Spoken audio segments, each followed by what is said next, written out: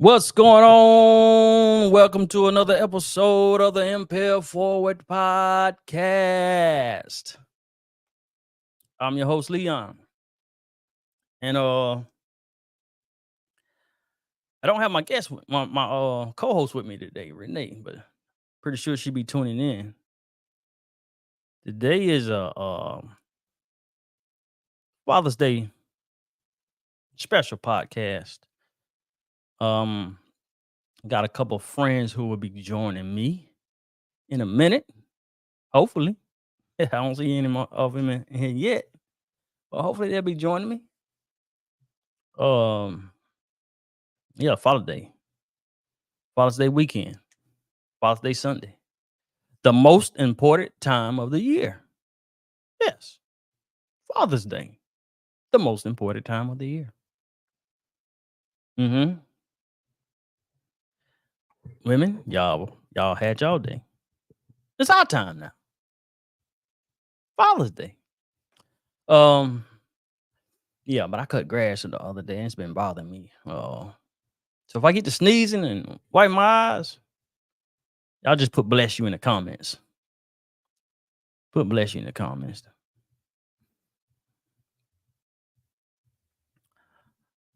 So how y'all doing today? Please don't forget to like, share, and subscribe. Like, share, and subscribe.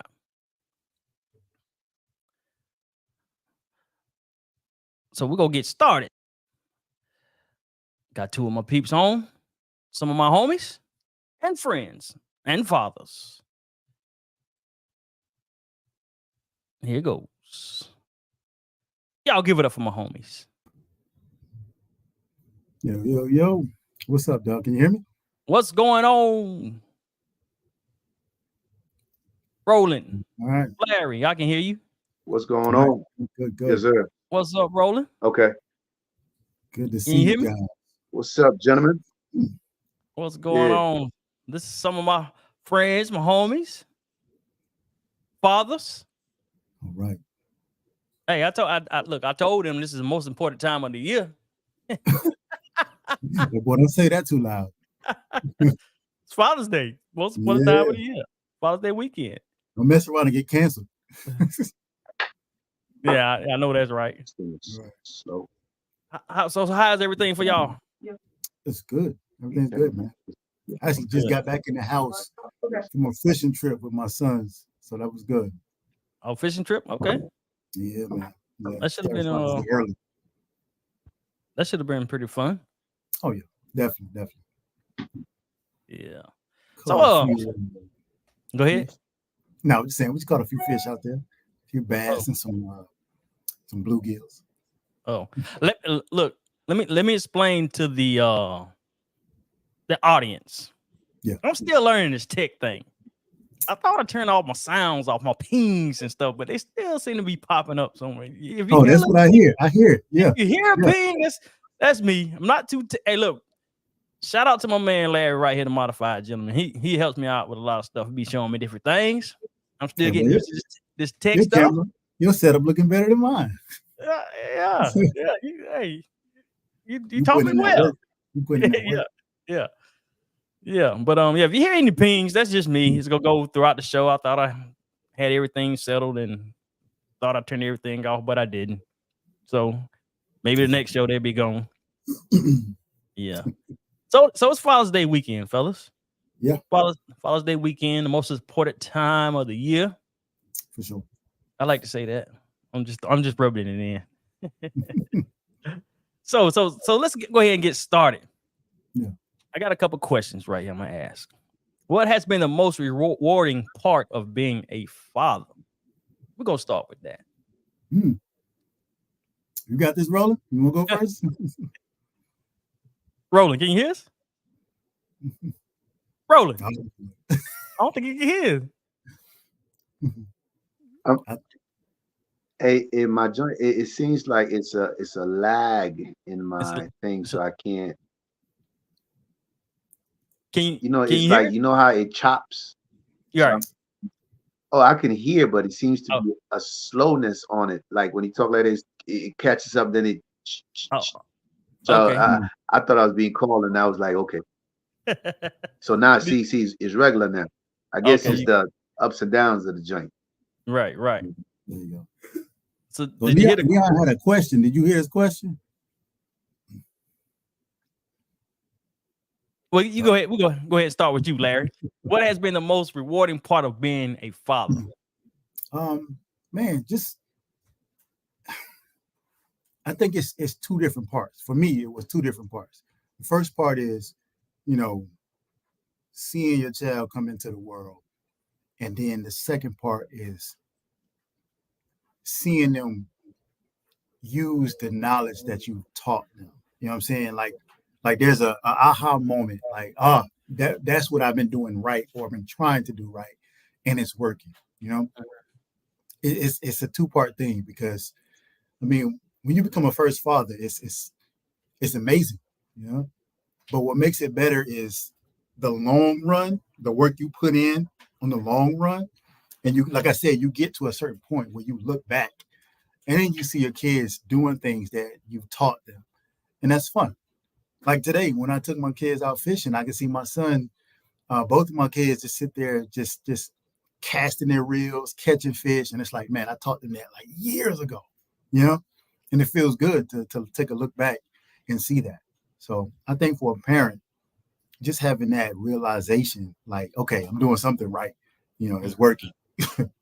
So did you go fishing as a youngster with your father? Or?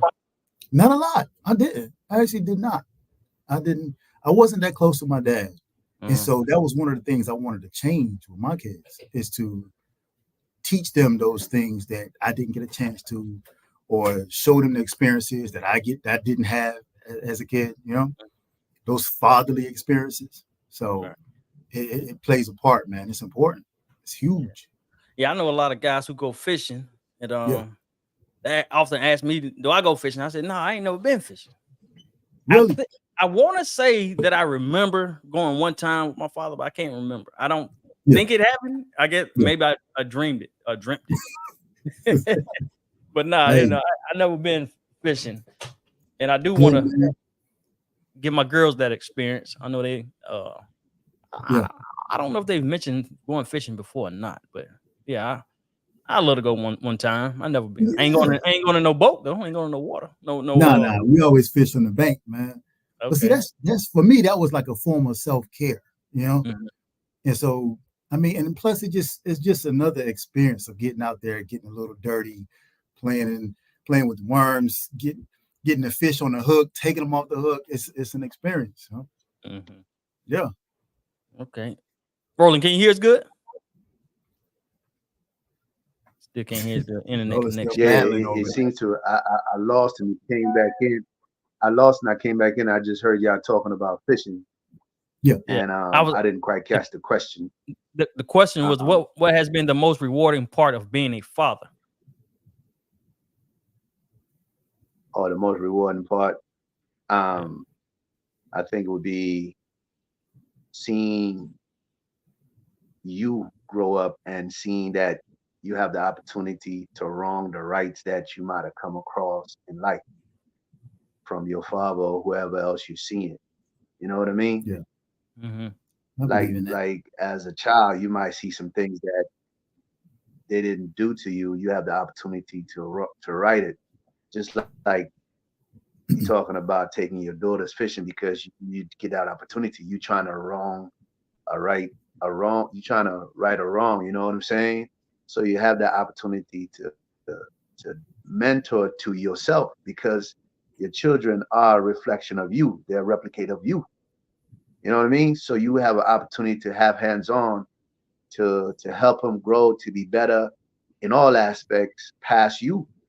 So I think that's the most rewarding, to see them surpass, to see them at an age where you might have been struggling and they having fun. You know what I mean? To see that joy in them, you're like, yeah, okay, we doing good. Right. As opposed, if you can remember, a lot of people as children didn't have this joy, didn't have this fun, didn't have this fishing. So now look at you. Yeah. You've been blessed with a thing that you can rectify this and then see how they can grow even further. You know, I think that's to me that's you can't even measure that. You know, Yeah. Yeah. because a Yeah. lot of us want to right or wrong. Now we have an opportunity with our children. You know, Mm. you know, some things that my father did that were wrong. I was like, I could tell you, guarantee that I would not fall in that aspect because I've seen firsthand. You know, I might fall somewhere else, but not in these things that he did. You know what I mean? So as fathers, we need to reflect on how we could be better, you know, from what we have known. Yes, Right. sir. I agree. I agree.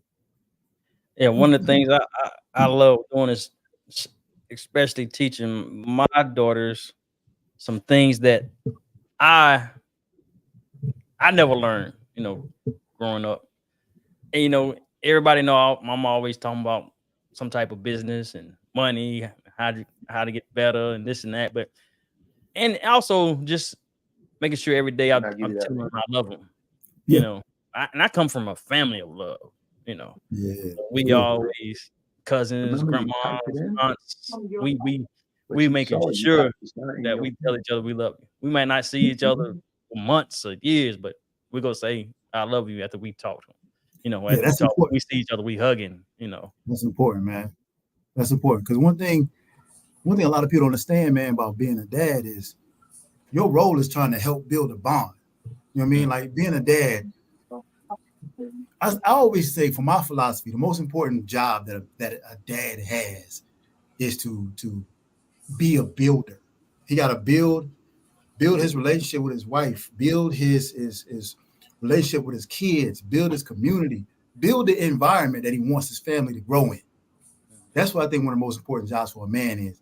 And falling into that, you have fatherly responsibilities. And so that's huge, man. Just understanding some of the things that you didn't have as a kid, that those experiences that you wish you had. But now that you're a father, like Roland was saying, now you have those opportunities. You have those opportunities to give those experiences to your kids. Now don't give those experiences to your kids where it spoils them, Right, where it makes them rotten. Don't do that. right, You know what I'm right, saying? You want to do it in a nice fatherly type of tone where it's like, hey, I want you to have experiences so you grow in life, but I don't want to make life easy for you to where you don't learn from it. You know what I mean? right. Yeah, definitely. What's up, Marshall? Marshall just joined us. Yo, Doing what's all up, right? brothers? I appreciate. I'm sorry that I'm late, man. I got lost track of time. Oh, you good? You good? You good? The question I had was, what has been the most rewarding part of being a father? Wow. So I'm gonna make mine brief of my situation. My daughter, I had my daughter my first daughter was born early '90s while I was in college, and I was approximately about maybe 22 or something like that. And the situation with my daughter is that I love all my daughters unconditionally. I got three daughters. My oldest daughter was born with Down syndrome. So to have a child born with a disability at the age of 22 is kind of unheard of, especially with that type of diagnosis. So therefore, I had to make adjustments in my life in terms of what I needed to do. I was out there smoking weed. I was out there hustling, doing crazy things in college, acting crazy. But the whole thing is that I had to figure out what I needed to do more importantly for her, which made me think to say, if I don't get my life right, I can't do nothing for her. So what ended up happening was that I eventually dropped out of college. I made it simple and plain. Education, raising your child. I was raised with no father in my house, so it was a no-brainer. Which the challenge was a little harder because now I have a child at such a young age with a disability. It's already hard having a child at a young age, period. But then Right. when you have a child with a young age at a disability, and then when she's born and you're in the hospital, and the doctors say your daughter has Down syndrome, what do you want to do? You want to put her up for adoption? What do you want to do? And I'm looking at the man like, you crazy. You understand what I'm saying? So his comment to me was, how would you feel about raising a child that's retarded. And I said, a child is not retarded. Kids are only retarded if you teach them they're retarded. Kids are going to mimic the things that you actually present to them. And as a father, I looked at myself. I said, I got to change my ways to make it better for her. Now, to offset that, thank God we're talking.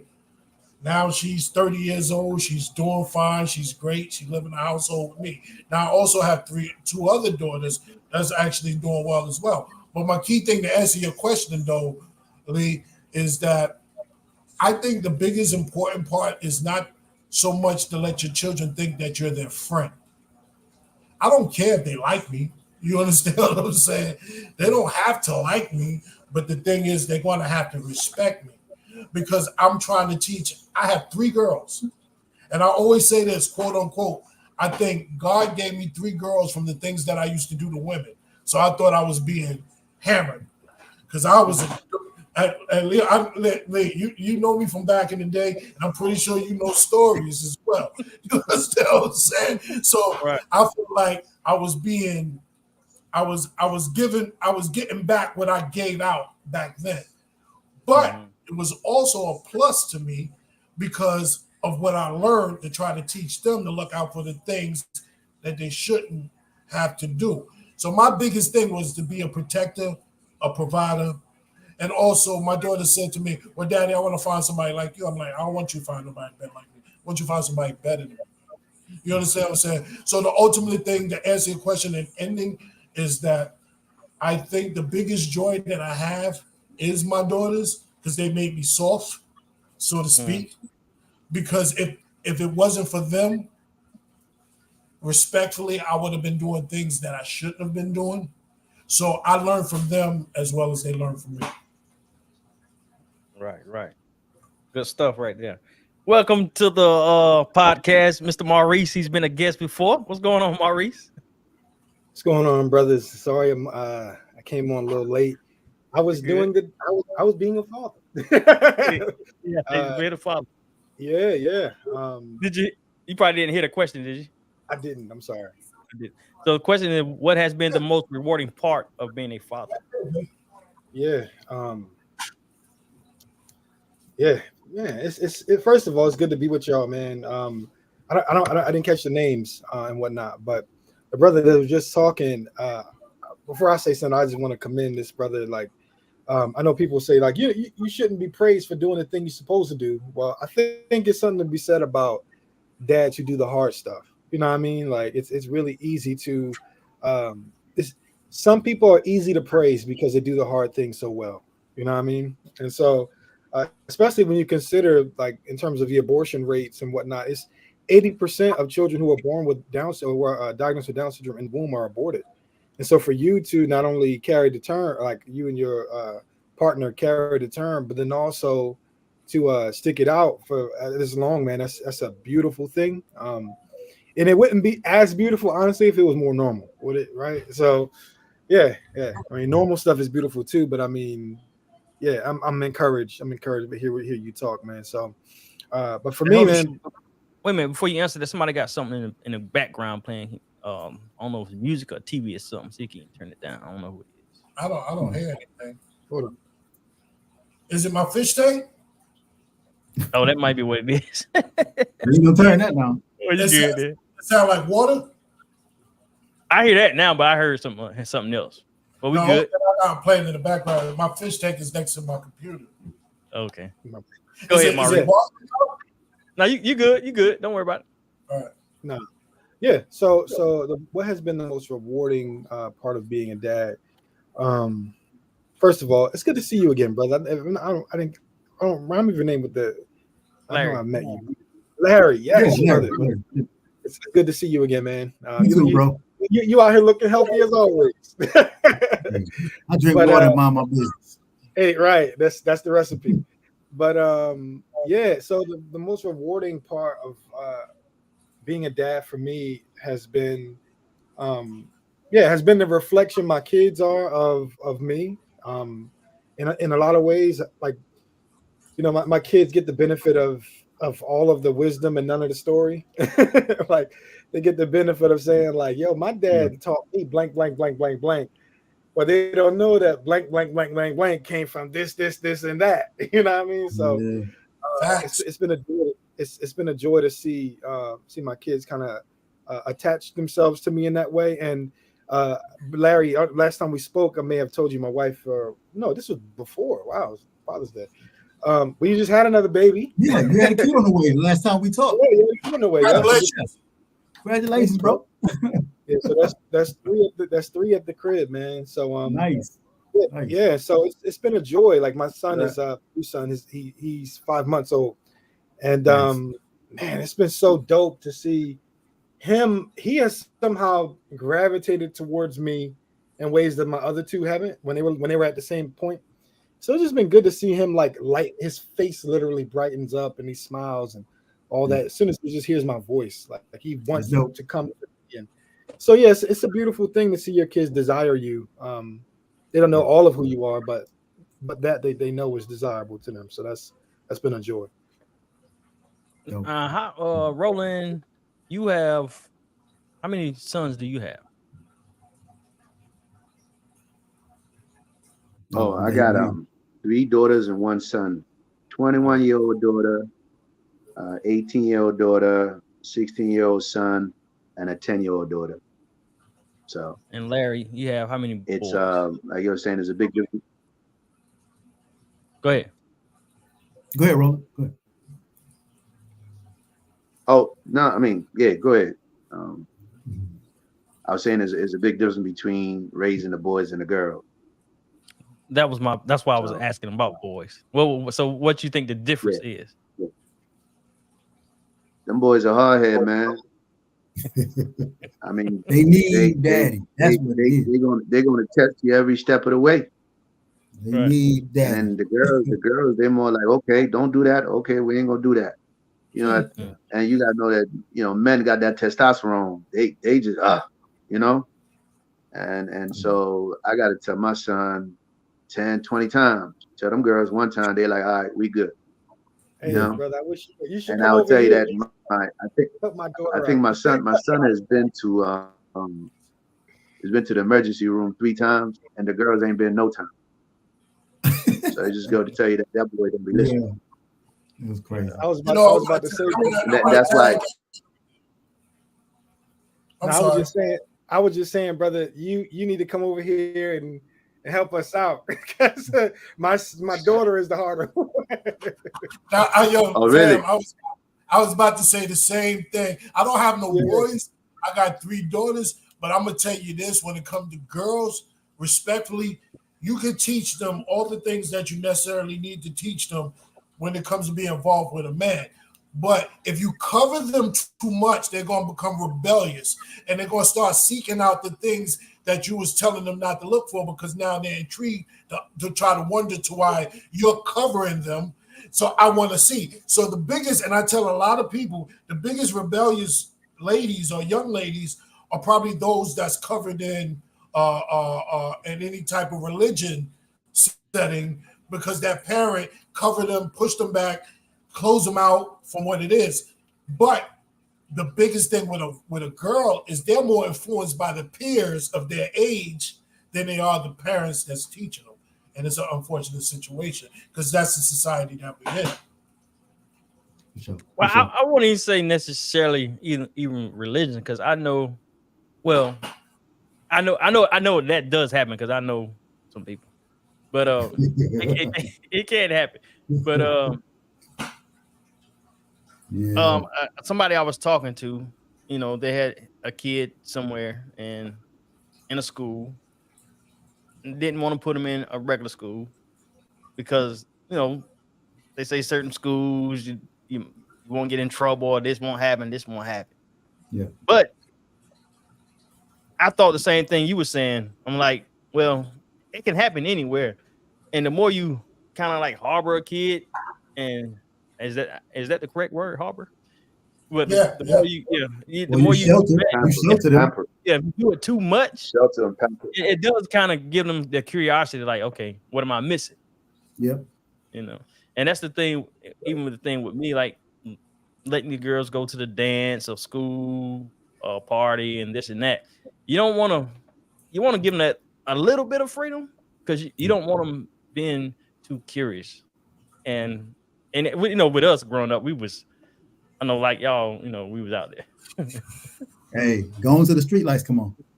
Yeah. Yeah. I didn't even follow that rule of the streetlights, brother. I was listen, man.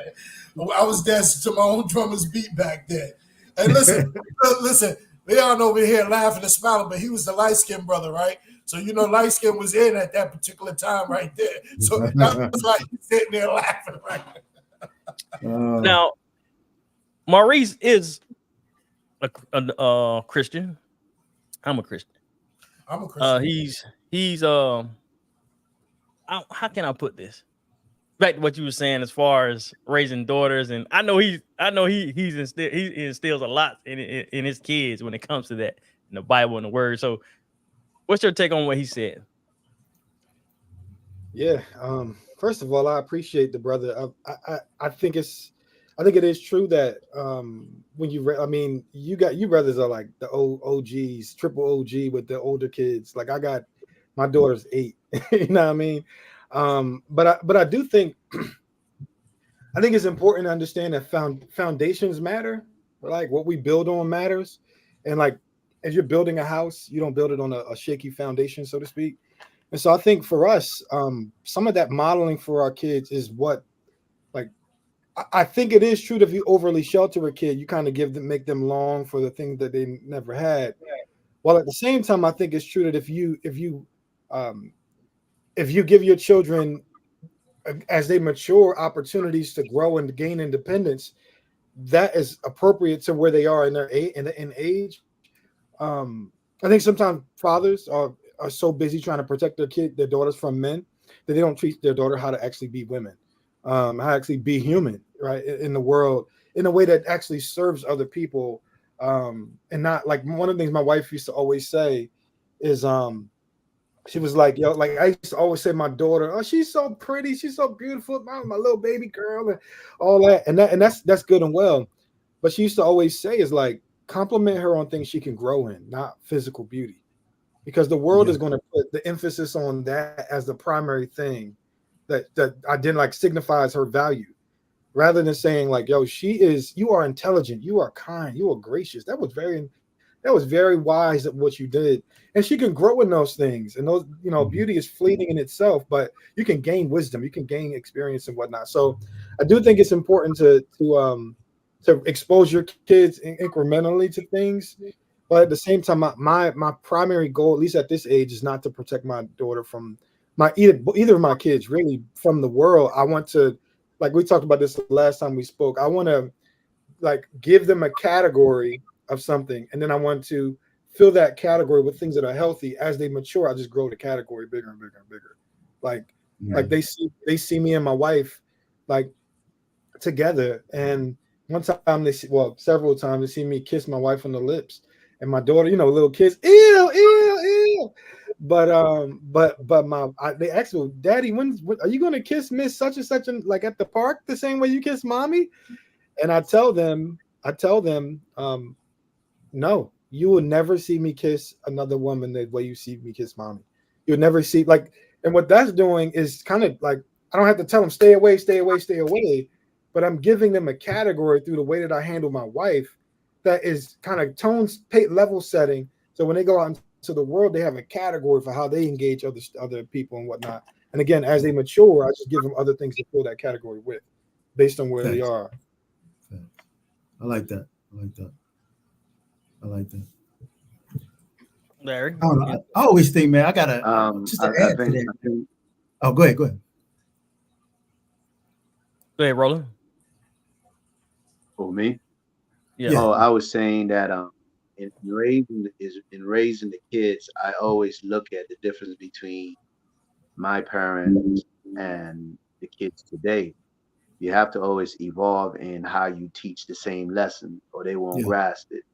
So my parents just used to give orders, but these days, first of all, I'm a Christian and I believe in raising your kids right, so they won't stray from that. And they might go here and there, but they'll come back to the foundation that you've given them. But it's also about balance, right?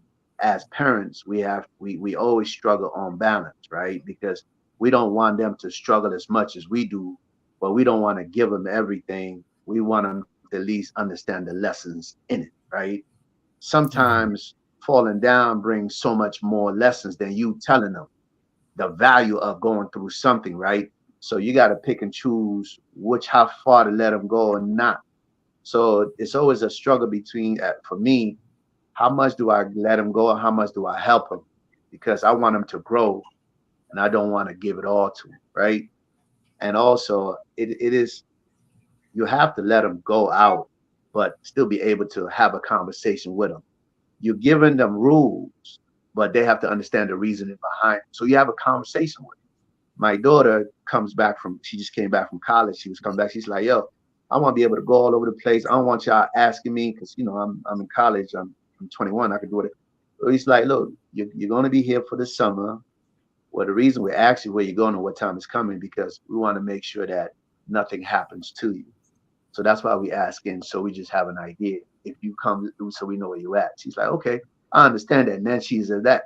So it is a point where you just don't give and not have a reasoning behind that. So even if they break it, they understand the reasoning behind it, because the reason is what it is. But if you just give orders, they're going to rebel here and there. You know what I'm saying? So if you took the time to conversate with them, but this is what it is, they might not like it, but they understand it, right? So I think my father, they just give orders. Nowadays, I explain to them why this is this and this. And I think they grasp that a little bit more. And so to me, I think that's how you make sure you keep a balance in that they're not going to go. My two daughters are out of house and I'm a little nervous, but I'm not worried because I know that we've raised them right. Yeah. You know what I'm saying? Once you know that you've raised the child right, you're going to pray and hope that the Lord keep them safe. But there's a peace that you have. And then, they might do here and there, but they're going to come back to what they know the foundation is because you've explained it to them. You just don't give it to them, right?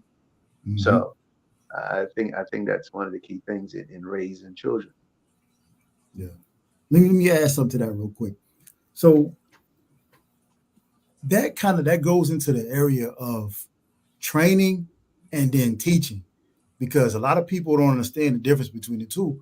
Like when you're training somebody, you teach them to react to like a certain response, a certain stimuli or something. Like a boxer. If I teach you, if I train you how to block high, it's because you don't want to get punched there.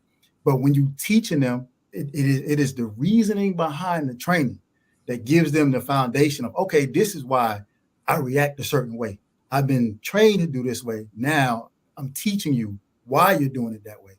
And I think what you said, Roland, is that's exactly how we have to react as parents. It's like, if I tell you don't walk in the street because cars are coming, I'm training you. Hey, do not walk out in the street. Look both ways. And then the teaching is, hey, it's dangerous. There's cars there. You could get hurt. That's the teaching behind it. So they know, okay, not to just walk out there in the street. And so as parents, as fathers, we have to get into that heavily, because fathers are seen as what? The disciplinarian. And so we got to dig a little, not to be like ruling with an iron fist, but as fathers, we got to be soft but firm. You know what I mean? Like we got to be understanding, but we got to make sure that we get our point across, so we won't have to keep repeating ourselves as parents, because the kids, they don't know. They don't have the information, the experience, the time that's been put in to say, hey, this is what we're trying to show you about life, like these life experiences. Like for me, I think there's three things like a parent should teach his kid. A dad should teach his kid. Teach them what you know, teach them what you don't know, and teach them what you have to unlearn. Because there's some things in us that we got to unlearn, but we got to show our kids a new way or a better way. Can I touch base on that real quick before you go into this? Yeah. That was great wisdom. But only thing I want to say, I want to try to poll the group that we're in right now on the children and the ages of your children. I'm going to start first because I have 3 daughters, age 30, age 28, age 26. Next. I have one. Go ahead, Maurice. Sorry, go ahead.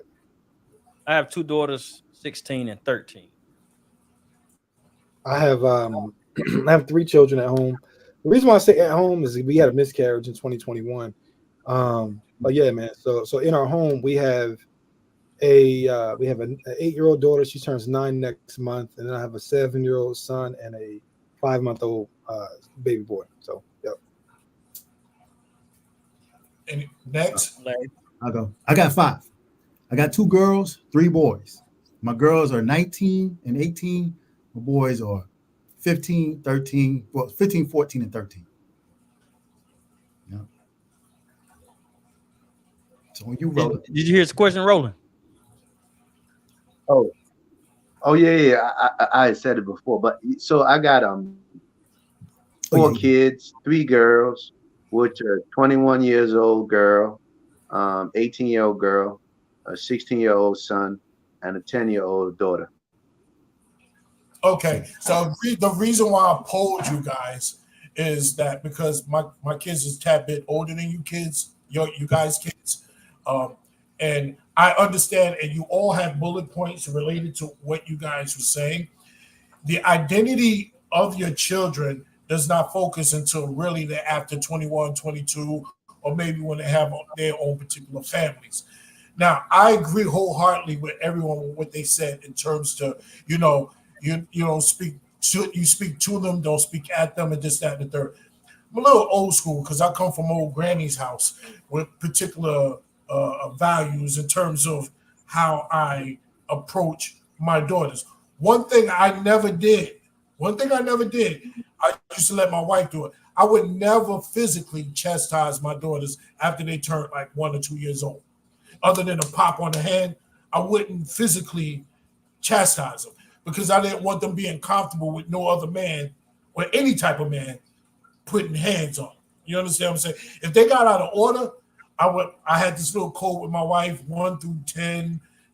They act up, babe, get them. How am I going to get them? Give them a 9. Their eyes open up like that. Because my wife, you understand what I'm saying? Now, if I had boys, it would have been different. Then they would have been duking it out. But being that I had girls, I had to handle it in a more cushioned way.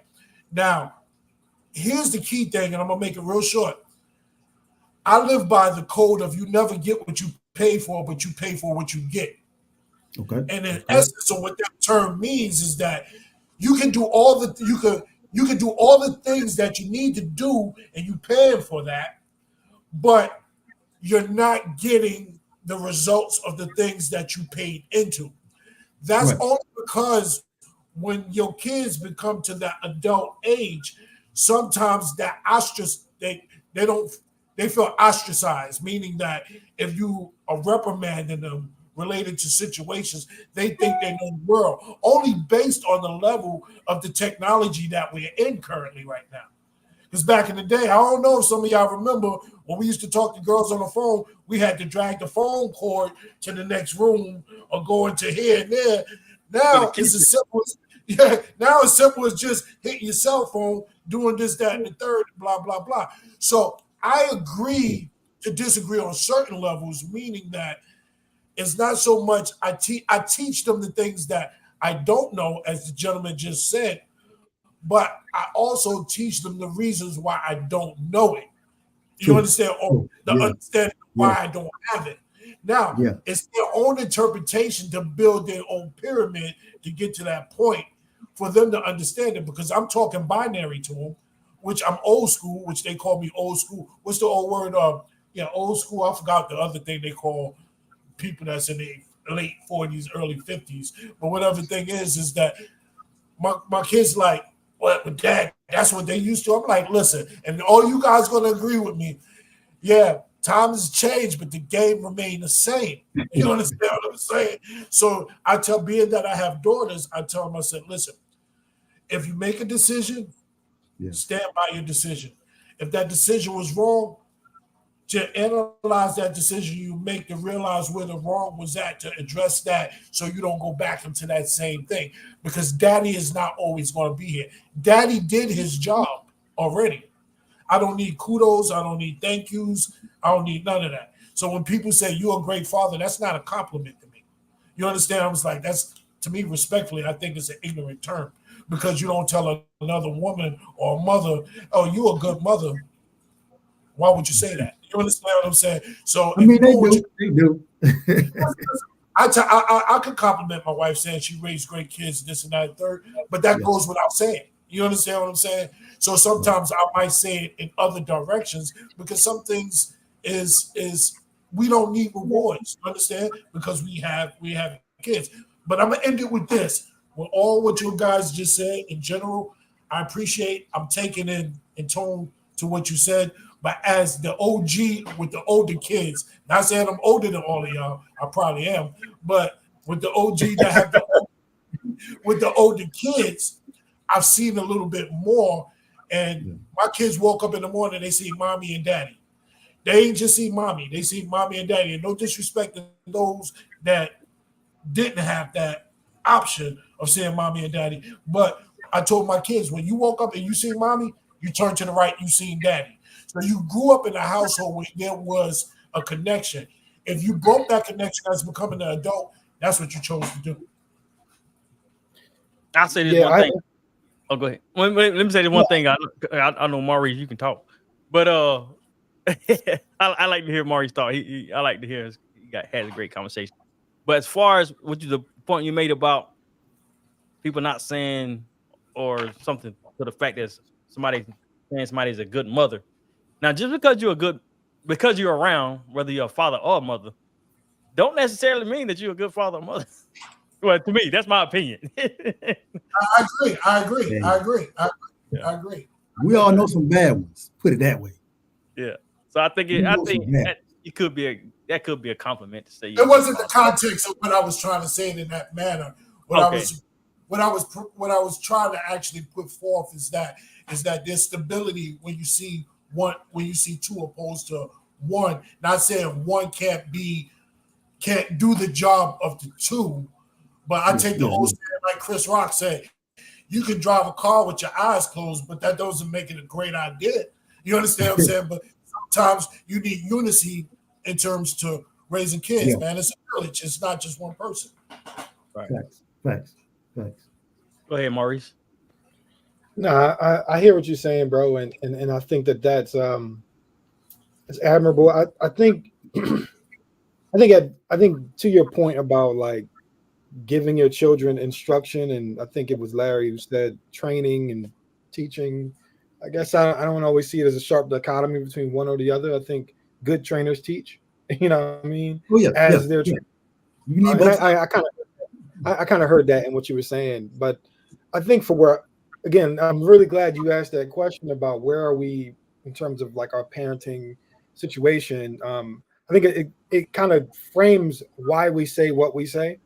But the other side of it, though, is that sometimes I think parents who have been parents for a long time, they have this like way of being parents or orienting towards parenting in general in ways that almost leans as if other perspectives and other orientations towards parenting is like insufficient. I don't hear anybody on this panel right here saying that, but I appreciated the humility that you kind of brought in what you said.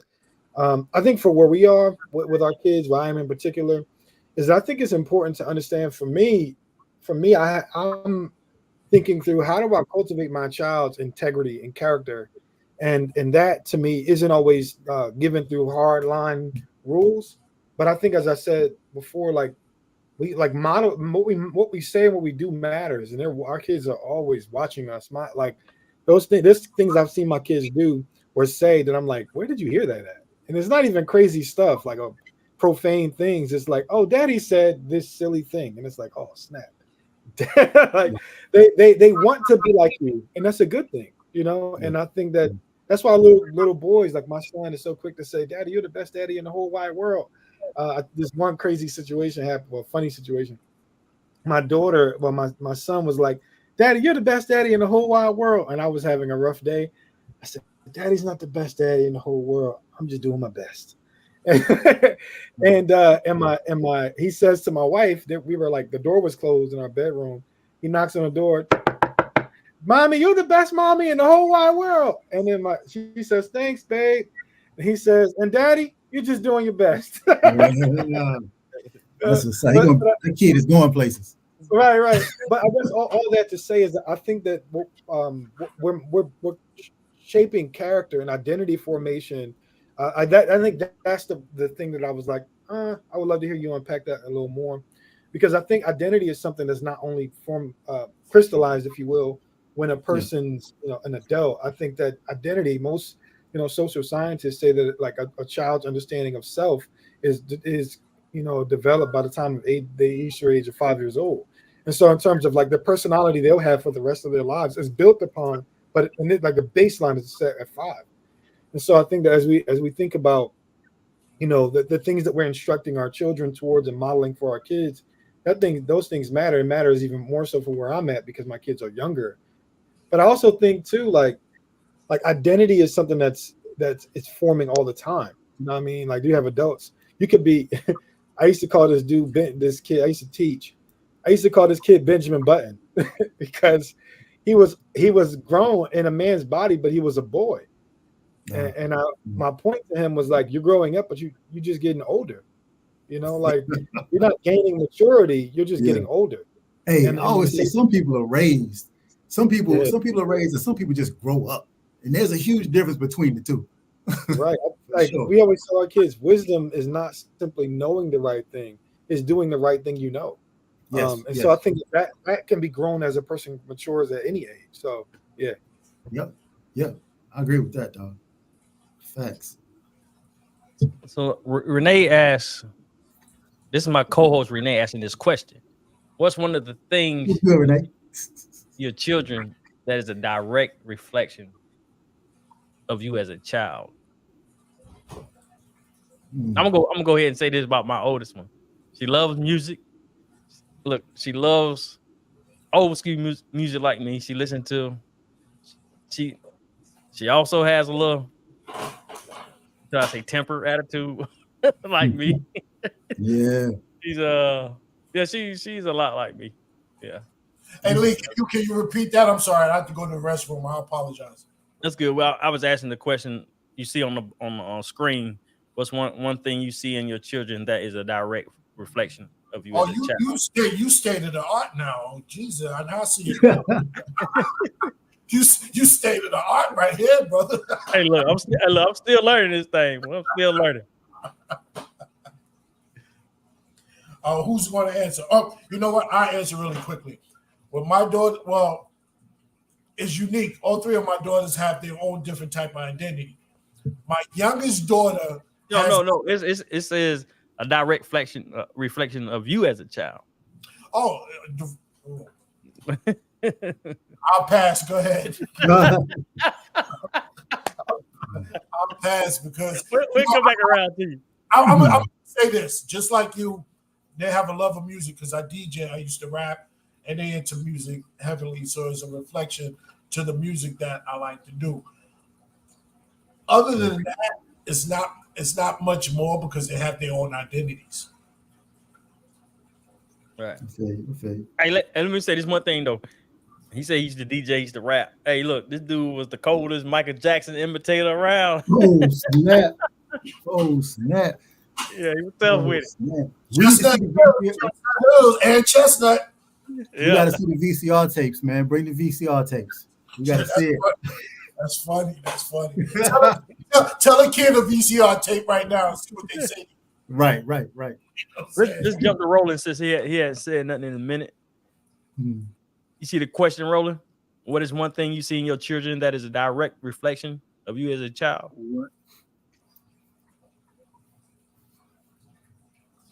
I think my kids two of my kids play soccer and they love soccer.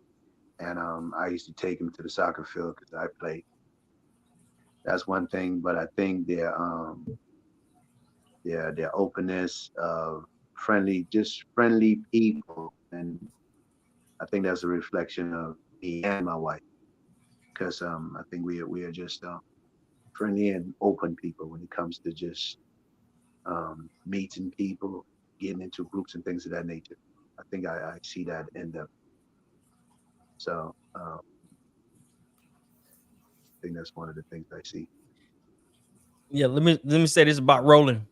He on his screen right here, he's being kind of serious, but what he just said. He is a fun, loving, big character. He loves to laugh and have fun. Good, good, good. Good. Yeah. I go ahead, man. I'm sorry. I think they got that. You know that. I Go ahead. I think that I think just having fathers get together and sharing different ways that they are going about raising their children is very lacking, especially in us black men. Like, just I'm hearing everybody talking, I'm okay, and I can hear the different ways people are going about it, but it also seems that as black fathers, I'm saying because we all black, we just don't get together and just somewhat exchange notes. You know what I mean? Facts. Because there's so much to learn, even from the old head to the new head. You know, like little things that are said that we can grasp and then apply it. And that's the thing I'm thinking, that the more old heads we talk to or young, it don't even matter. You can get learning from anywhere, just as long as you have people who are like-minded, people trying to do the same thing, and all of us trying to be the best father that we can be. And it's just talking with each other. I'm listening to y'all. I'm picking up a little things here and there, and I appreciate that about y'all. But I think that is lacking in our society these days. Just if you knew there was a place that black men got together on, just say First Friday, and just fathers, and they just talk. You go there and have a drink and just listen. You might pick this and that. I might ask you, Leon, my kid is doing this. How did you handle it? Being that it's a gentleman who's got older kids, you might ask and say, oh, I got this issue. How did you handle it? Because your daughter's at 30. You know what I mean? And then you might get some of that too. And I think that is lacking. And I appreciate Leon actually putting this, because I mean, it's a thing that is missing. I appreciate each of you guys and the viewpoint that you guys bring. For sure. Go ahead, Larry. Oh, go ahead, Mark. Maurice. Go ahead. Oh, okay. Yeah, that's a good question. I think there's so many things like me that my kids are. I think the first thing that comes to my mind is my kids are most like me when they're being rebellious. Like, just just to be real. Like, I would love to give a highfalutin amazing answer to that question. Like, I was some dope kid, and maybe I was in some ways, but I see my kids' desperate need for like like they need correction, they need affirmation regularly, constantly. They need me to be present with them in the regular mundane stuff, and that's huge for me. I guess another thing that comes to my mind is, on a positive note, is like my kids are very, very warm with people. Like, we love people. Our home is regularly open. Like, we always used to say our doors don't have hinges. It's just like a carousel, people constantly shuffling in and out of our home. um and that has been really helpful for our kids, because it gives them the opportunity to interact with adults. And we always say, when other adults come, we always say, you can come. We tell our kids, you can come and listen, but we don't want you to talk. We want you to come and listen. And then after the guest leaves, then we'll talk about what we talked about, and now unpack. He said this and it meant this, and what we said is this because of that. And it's kind of just inviting them into conversation as a child, where it's appropriate. And they've taken that into other spaces like school and other relationships, where people are regularly saying, your kids are so well spoken. It's because they listen. They're being forced to.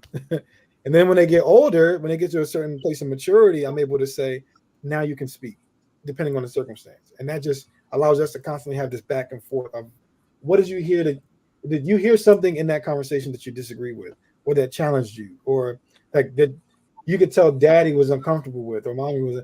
Yes, when he said this, what did he mean when he said that? Okay, when he said this, but the reason why daddy responded that way is because of, you know what I mean? And so that it's inviting them into maturity, even at a young age. So yeah. Go ahead, Larry. Yeah, I think that's pretty dope, man. Because growing up in the '80s and '90s, kids, we were always seen, not heard. So definitely understand, being a kid that understands, hey, listen first before you speak. Think about what you're gonna say before you speak, type of thing. So I get that. For me, a direct reflection, and I think this is kind of it's something I just recently realized as I've gotten older, is that my kids are goofy. Like I used to be a goofy kid, like just to have fun and play all the time. And it wasn't until I started becoming an adult that I became so serious about everything. Life just got serious. I don't want to see my kids go through that. And so seeing them just have that goofy personality and enjoy life because they haven't been corrupted yet is like kind of how I want them to fit. Now I don't want them to be naive going through life, but I still want them to understand that it's okay to be yourself, have fun, smile, be joyous, and not let things get you to a point where it just changes your whole personality. And life is gonna get crazy, but there's always a better side to it. It's always temporary. You know what they say? What they say? Tough times don't last. Tough people do. And so I want my kids. Tough people. Well, one of them is tough times and tough people win. That's the difference. I haven't heard that one, but that makes sense though. That makes sense. But yeah, like for me as a kid, seeing my kids now being goofy was like a direct reflection of me as a kid. And so I want to be that dad that sticks with them and says, hey, you can continue being yourself. Because I know things will get hard when you become an adult, but you still got to have that part of you that is still comfortable, still relaxing, still is not a battle hardened adult type of person. Like I don't want my kids to grow into that. So I want them to have that nice, calm, relaxing demeanor where life isn't a struggle every day. And that's one of the things. My youngest daughter, she's me and her our similarity is I'm kind of like the fun I do. Like we both go through the house yelling. We might be talking about we do crazy stuff. Yeah. It gets on my oldest daughter. Sometimes she's like, "Y'all be quiet," because we singing loud, we doing loud things, and that's the other part. That's good. Yeah, it's good. Yeah. So Nico Rigsby asks, I have more questions, but I'm going to go to this question next. What is the best advice you've given to your kids? I think mine is simple, man. Like keep trying. Like it just builds up like a stronger will for them to be resilient. Because they're gonna run through obstacles every day. There's always gonna be something, whether it's a person, it's a job, it's a situation. I need them to understand that no matter how tough it is, if you stick to it, you can overcome it. You can find a way, And for me, being a parent, like my job right now is to be right there to help them overcome it, teach them different ways, teach them how to get through it. So when they do get to that time, because I'm not going to be here forever. So when they become an adult, become to this age, they'll have that instilled willpower that, okay, I know it's tough. I know it's a struggle, but I can get through it. You know what I'm saying? So that's the advice I give my kids. Because I see them struggling like, exams at school or struggling to pass a test or something. Like I said, it's always going to be an obstacle. So I teach them, hey, there's always another side to that obstacle. You just got to have the willpower to push through it, I would say, I'm sorry, go ahead. No, I was going to say that's the advice I tell my kids. And I agree with you. However, what I tell my kids too, sometimes you trying to overcome it, you got to understand the reasons why you're at the position where you're at. So sometimes you have to build the bridge and get over certain things that you're not able to comprehend in a sense of saying the reasons to why it would occur. You got your yin and you got your yang. So you got your beginning and you got your end. So in a lot of cases, you don't understand on the levels on how it started, but you're stuck in the middle and then you have to deal with the ending part. So I'm a little old school with how my parents and my grandmother, I take it back to my grandmother. My grandmother's favorite word was figure it out. because the best way you can understand how to do things is when you figure it out on the level of how you understand it. I can teach anybody or my daughters on how to do it, but doesn't necessarily they understand the directions on how I'm trying to tell them to go about it. They got to find that niche within themselves to figure that out. So going back to say the best advice that I gave my kids, be honest with you, because they do respectfully give me a lot of respect. Because, oh, Daddy, you doing this, you doing that. I was like, no, you want more than that. And coming from a father of 3 daughters and 3 grandboys, so I don't have no boys, but I got my 3 grandboys. You understand what I'm saying? So looking at that, I always tell my kids, I said, you're going to find your direction, but when you find your direction, look at your path. And I'm going to end it with this. I always said this to them. When you come to, if you're lost and you're driving your car and you come to an intersection, you got a left side, you got a right side, you got a straight side, but you're lost. You need to get to the destination. Which direction are you going to take? And it was like, I don't know, Daniel. My daughter laughed at me. She said, I'll use my GPS. No. I'm not talking about using GPS. What I'm doing is that you got to make your own judgment based on what you think is the right thing for you. So when I asked them that question, it was no right or wrong answer. Are you going to make a left or make a right or go straight? Whatever directions you make the best out of that.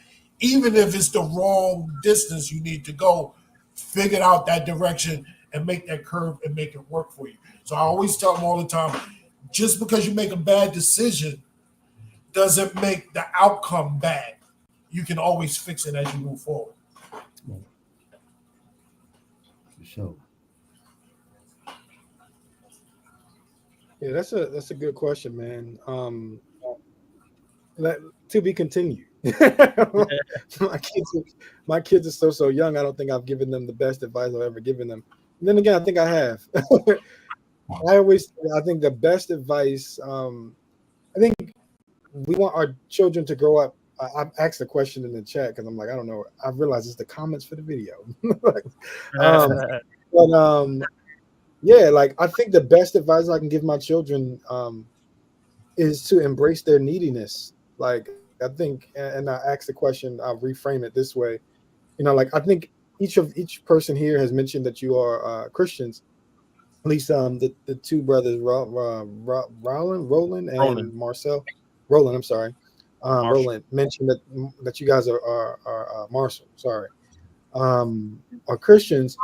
I think it's important for me to remind my children of their need for the Lord Jesus, like straight up. And I think that as I want my children to be wise, mature, thoughtful adults, but that's not the most important thing to them. Like that's a important thing. I'm not minimizing it.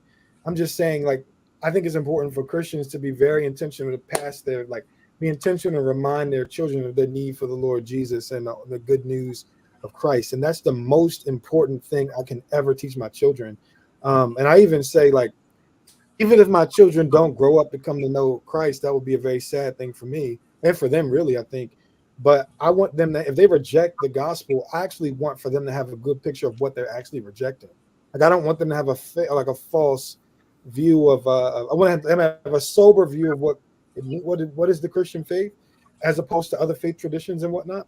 But also, like, I want them to see that they, like, all those human virtues can be completely subjective if left to themselves. Meaning, like, if I want my children to be, like, honest and gracious and kind, but someone else can tell them, yeah, you can be that, but honest, gracious, and kind means self-centered, and disloyal, et cetera, only to yourself. And so I kind of want them to have a transcendent, if you will, worldview that imposes itself upon them, that equalizes all of us. And so among me and my parents, me and my wife, like I always say that, like, one of the things that's important for us is to have a very clear, like, gravitational center in our relationship, where if I'm wilding out going in this direction and my wife's wilding out going in that direction, this gravitational center, I would say the gospel, the good news of Christ, it pulls us both back into center, even when we both are tripping.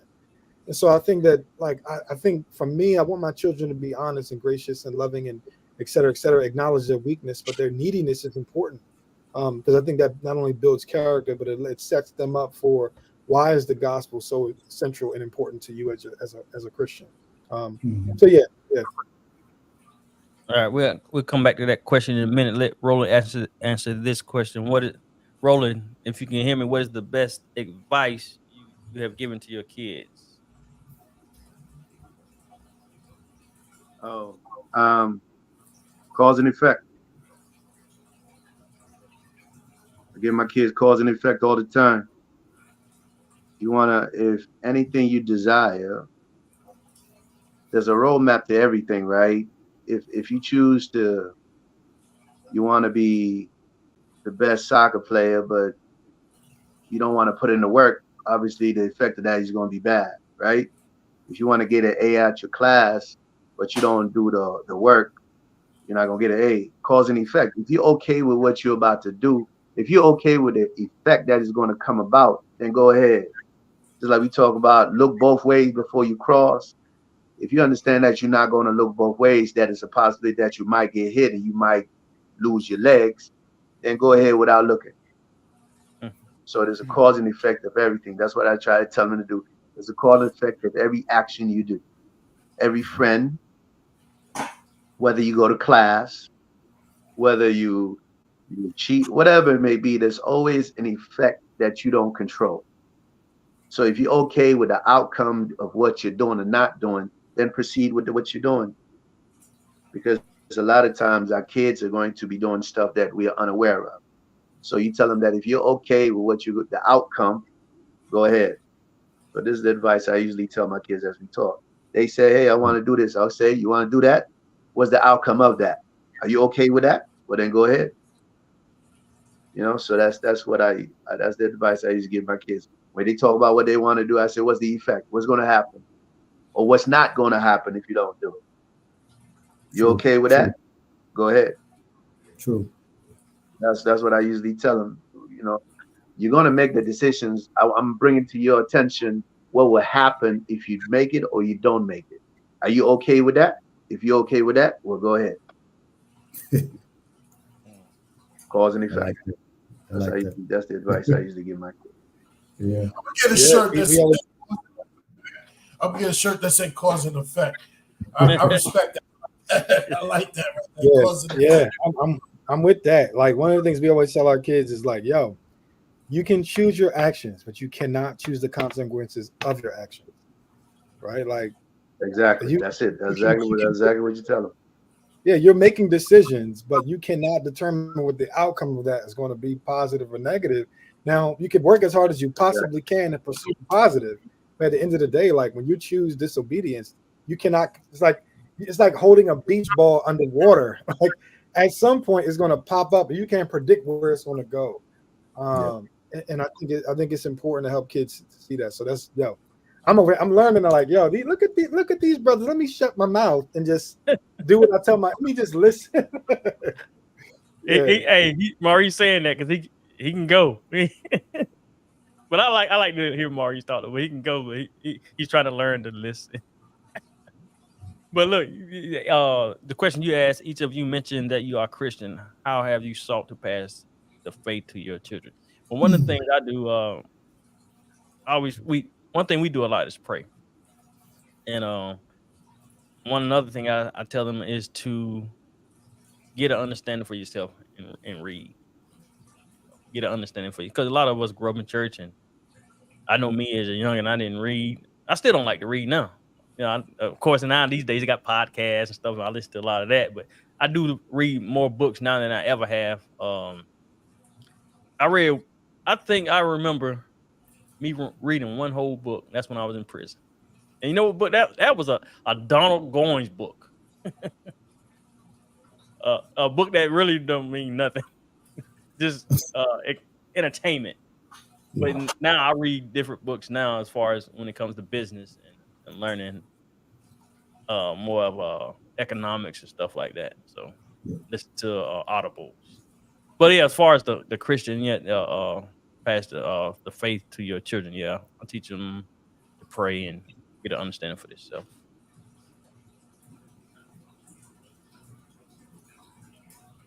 Well, I'll say this. I'll say this in terms of growing up with my kids. I wasn't the most religious type of dad, even though I was speaking related to things that I believed in terms of the religion that I believed in. Of course, they went to church with me. They had praises and things like that. Once they became older, I would say 10 or 12, I wouldn't force them to say, let's go to church. I would make it their option if they wanted to go to church. Or if they wanted to have Bible study, because I'm in a family where I have a sister that's a pastor, a brother that's an apostle, and Leon, I already know what your family is already with all everybody in there. So I understood that, but I didn't want to push it too heavily on them, because I didn't want the rebellious to come back. Because again, like I said, the Bible, respectfully, under my interpretation, is under my interpretation. People say, well, the word says this, but the word is also left to the interpretation of the person that's reading it and have the understanding of it. So it doesn't necessarily mean your children is going to have that same understanding that you have. And it's unfair if they're that young that you're trying to impose your understanding for them to understand, because their mindsets is not the same as yours at that matter. Only thing you can give them is that path for them to seek it, should they choose it. So even if my kids decide to say, I seek this religion or I believe in this and that, only thing I can do is respect what they believe in. Long as it's a higher being in a positive level, my whole thing is I'm fine with that.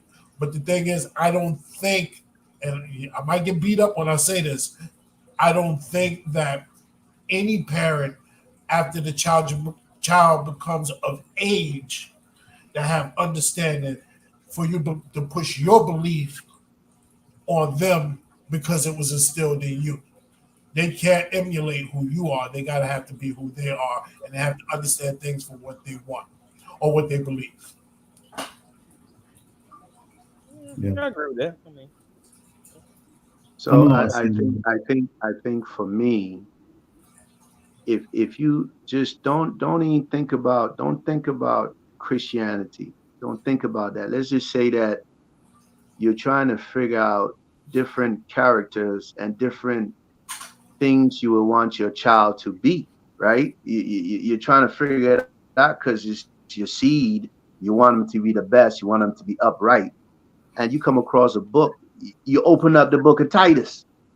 The book of Titus is talking about the characteristics of a man. He's like, man, this is good right here. This is what I would want my son to be. And so you start pushing that to him, because this is something that is a good thing, upright, not lustful. This is yeah. So you bring that to the man. And so the disciplines and the things that govern Christianity, a Christian supposed to be, it is upright and it's good. Don't get caught up with the idea of Christian. Just think of just how do you raise a child these days? What book would you get that has these upright things? And so you bring that to your child and you start raising them up in there. And then they start asking questions, because obviously as they get mature, you can give them more detail. But for now, this is what we're going to do, this is how we're doing this and this. And like you said, kid is 10 and say, yo, why do we got to do this way? So you break it down to him. You go to the book, you open it up, and he's like, okay. And you can see the reason behind that. It's just not just, I believe that, I think in this society, you probably got about 10% that are practicing Christians. The rest just say they're Christians, But if you read that book and understand it, that I don't know any other book that would help you to raise a child upright. So just because you put Christian on it, if you read the book, you will see what it tells you. And that part if I wasn't a Christian and I didn't have no belief, I'd be like, I would be looking for a book that would help me out. What book could I look? I don't know no other book. Yeah. You get what I'm saying? So I'm not really hung up on that. But I'm like, this book right here, it got some things in it that I'm going to need to put my man onto it. And right, I agree with that 100%. I kind of fall into that category too. Like, I'm not a Christian. I'm not a Christian, but I understand the Bible has worked out thousands of years of things for humanity to get itself on track. And so there are the principles on there that are good for everybody. And I get that. And so along the lines of how do I pass that down to my kids, I don't pass that down to them in a Christian standpoint, but I pass the principles down because the principles are universal. You know, whether they decide to take the Christian path, that'll be their choice when they get older, if they decide to do that. So I fall in between what both of y'all are saying.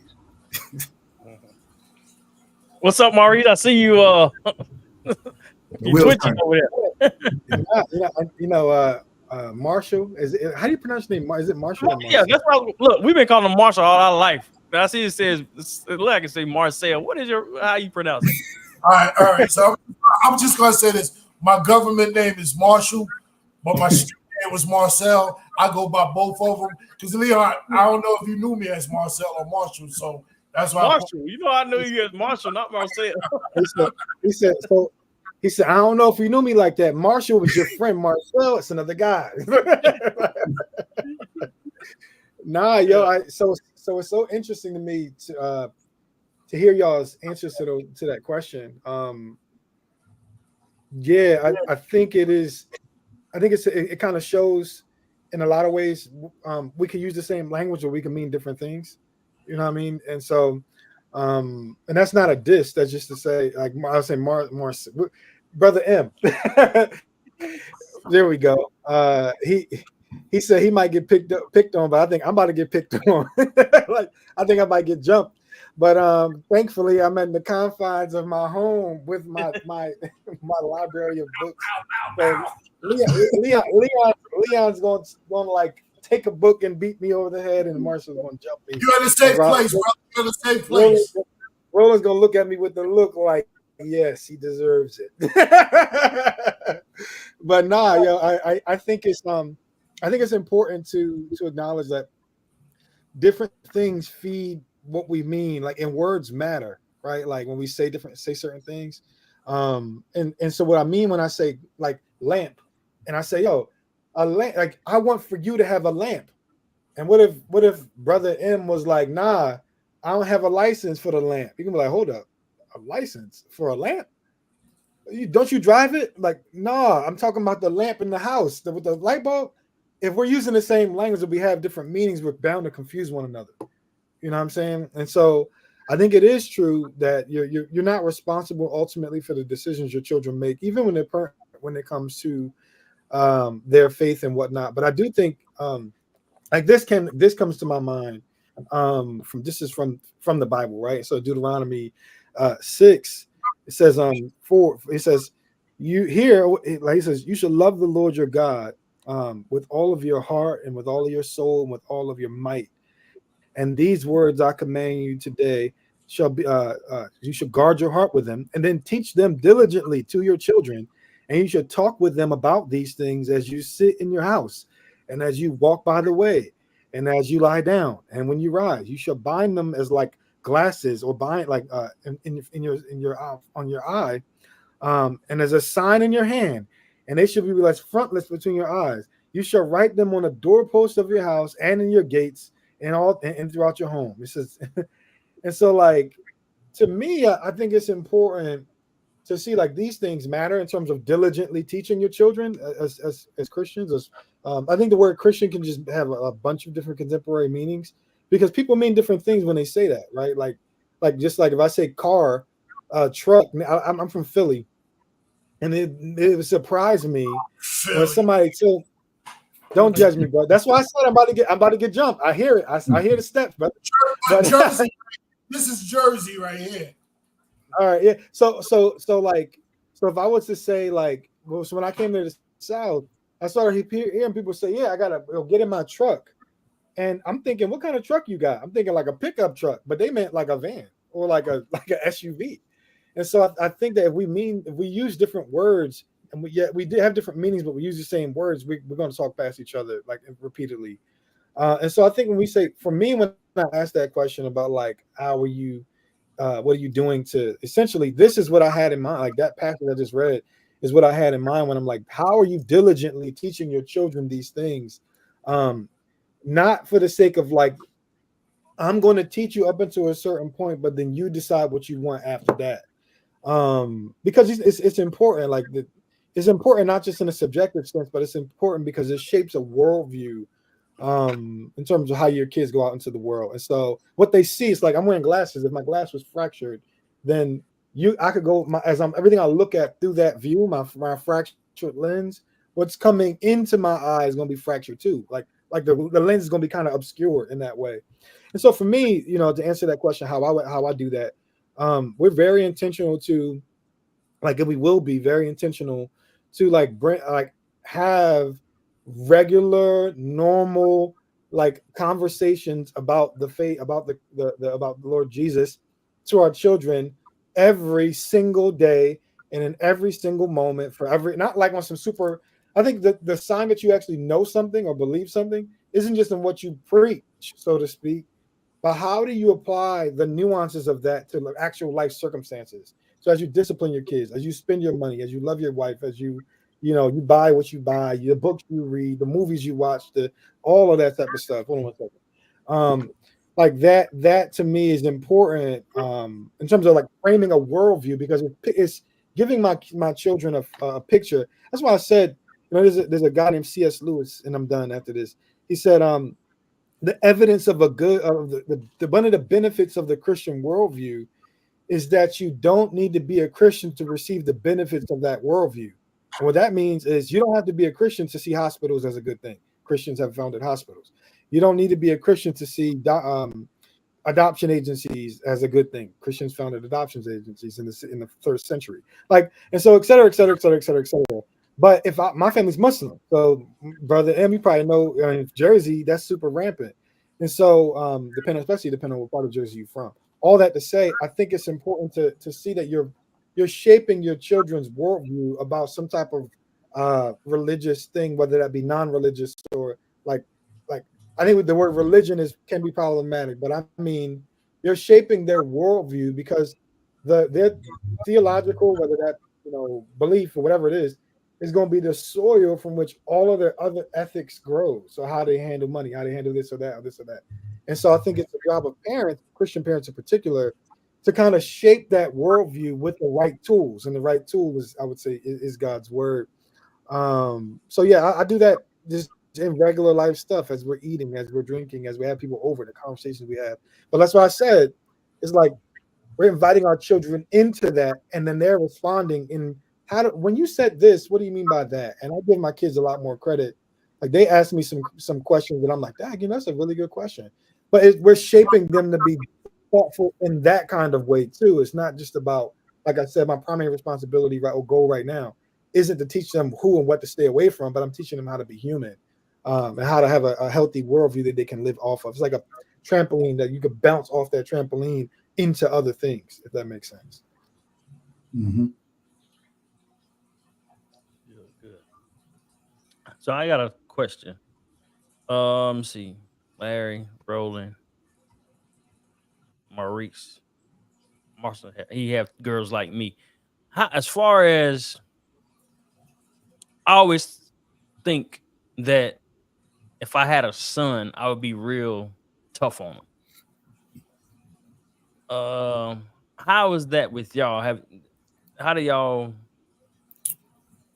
I guess, handle your sons, or when it comes to discipline, do you feel like you too rough on them at times? Or I feel like with me having my girls, they kind of, like Marshall said earlier, soften me up a little bit.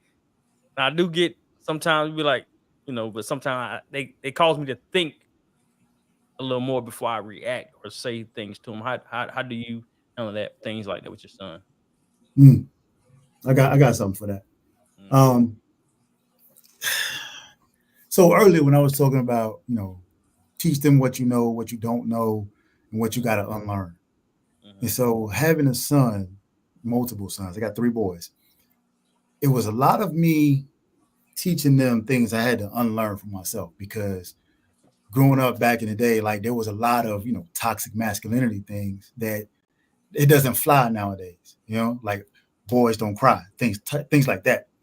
And so you have to take a different approach. First of all, you got to be aware enough to know what's going on with yourself, so you can teach them a better way.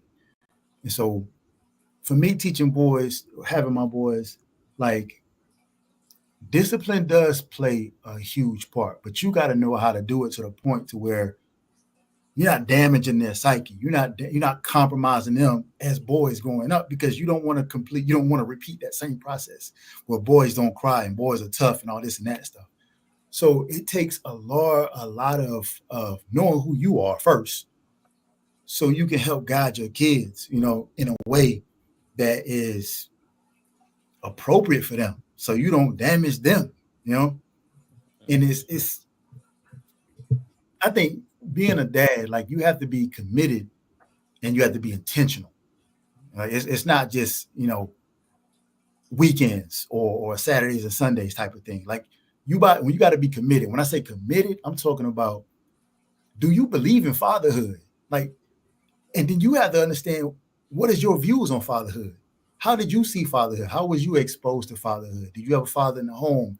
Was it like a grandfather, a cousin, an uncle? Like, how do you see fatherhood? Because that's going to affect how your kids see fatherhood. So you got to have a foundation of it yourself. And if you didn't have a father in the house, you're probably going to be completely different about how you handle your kids. So it takes knowing where you came from and how to still learning things. You're going to grow as you teach your kids. That's where I found myself. I don't know about some of the other guys, but I had to learn a lot about myself in order to teach my sons, because there was things I should have learned from my father that I never learned. But how am I going to teach that to my son? I have to learn it. And so you have to, as guys, you have to step up. And then that's where you have to be intentional. Like, you have to really, like, not a lot of people have intentions, but being intentional is completely different. Being an intentional father is another level. It's you're engaging with your kids. You're present. You're always there. I know so many dads that are in the home, but they know more about pro athlete statistics than they do their kids' grades.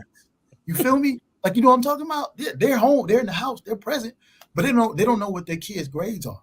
They don't know who their teachers, who their kids' teachers are. They don't know who their kids' doctors are. That's not being intentional, man.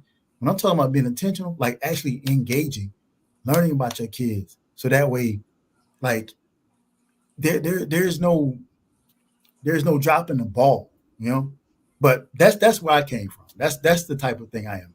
Being committed and being an intentional dad and teaching my kids what I didn't know, new things, how to unlearn stuff and grow. And that's where I'm at. Roland? Oh, for boys, cause and effect. Hey, my man. Hey, your teacher. Your teacher said you're acting a fool in class. Yeah. If the teacher, I done told the teacher, if she calls me, you're gonna give 10 strokes. There's gonna be some effect. There you go. You see what I'm saying? So I say, we got the rod of correction. I said, I'm entrusting you. You're the one that controls your own body. I need you to sit in the front, pay attention. You know what's going to happen if she calls me. The rod of correction will be here. We clear? You got any concerns you're worrying about? Is there anything? He said, my boys. I said, you need to make sure you let the boys know that you come in here to study. If your boys want to come to the house here too, they can catch it too. So there's a cause and effect. So when you go to school, be prepared that if you act what you're not supposed to be acting, when you get to the house, you already know. You see what I mean? And so he knows when the teacher, because I talk to all the teachers, I say, yo, give him one warning. Give me a call. He already know if the call comes through, you know what's going to happen. Cause and effect. And so the boys, well, my son, that's how I have a conversation with him. There's nothing that it doesn't, when it comes to discipline, we actually discuss it. Not discuss it, but he understands what it is and what it is, the effect of it. It's nothing surprising. So when the man comes in the house, he already crying. He already know what the deal is. It's no surprise. The man goes straight to his room and say, yo, what's up? Close the door, we have a conversation, but you know what the deal is. Yeah. So this is again, when you look back from my growing up, I also understood that discipline was a thing that was necessary, but I didn't appreciate my father did me because he just did it some old randomness, you know, and there was no order in thing. So I didn't quite care for that, right? So I said, I'm gonna be intentional about attending to my son. Now, was it Marcel? You made a good point. My wife handles the girls and I handle my son. So that's how the discipline comes. If somebody got to get the rod, wife handles the girls, I handle the boy. But we have a conversation and we do things. And also, there's times that the man has done a great job in school. I say, okay, let's get the man some lunch. So you want to go Chick-fil-A? Enjoy yourself. You did a great job. The man had a 95 on the table. Yo, my man, great job. What do we want to do? Right? I also tell him that the man loves soccer. The man will play soccer day and night. I say, yo, my man, if we see C's in your card, we ain't gonna be playing that soccer. Cause and effect. Once again, I say you control it. So this is how you gotta be steady, you gotta be stern and steady with him, but he understands. It's not that I just pull it out. You know what I'm saying? We have a conversation, he understands what it is. Now you got a phone, you're acting up in school. Next time I teach you, I'm taking that phone. So we clear? We clear? Thanks. But the girls, I tell you, I started having a conversation at Starbucks with my two oldest girls. And when I take them to Starbucks, maybe like once every 4 months, I say, yo, I'm here in the capacity of a young man who has gone through some things. I'm here to answer questions. It has nothing, I'm not your father. I'm a black man who's done some women wrongly. So if you got things that we can discuss, and they like, Daddy, really? And we start talking. It's like, what's up? I said, these men out here out for one thing. It's like, no. You know what I'm saying? And so again, we try to have a conversation. I can explain some things to them so they can then make the proper decisions. Cause and effect. Yeah. So that's how I am. I think, like you said, I think the Lord blesses it correctly, because if I had my way before I had any kids, I'd be like, yo, give me 3 boys and give me 1 girl, right?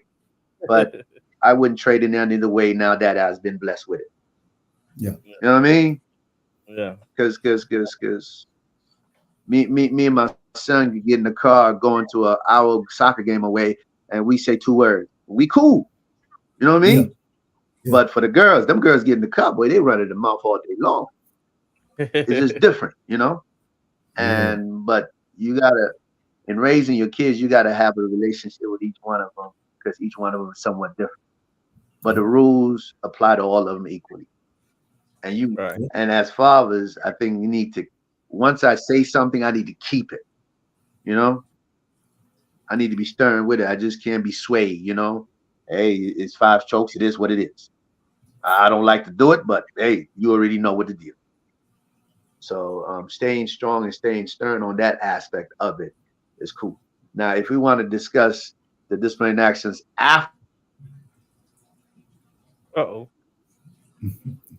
Oh, we lost him. Cause and effect. His son that pulled the wire.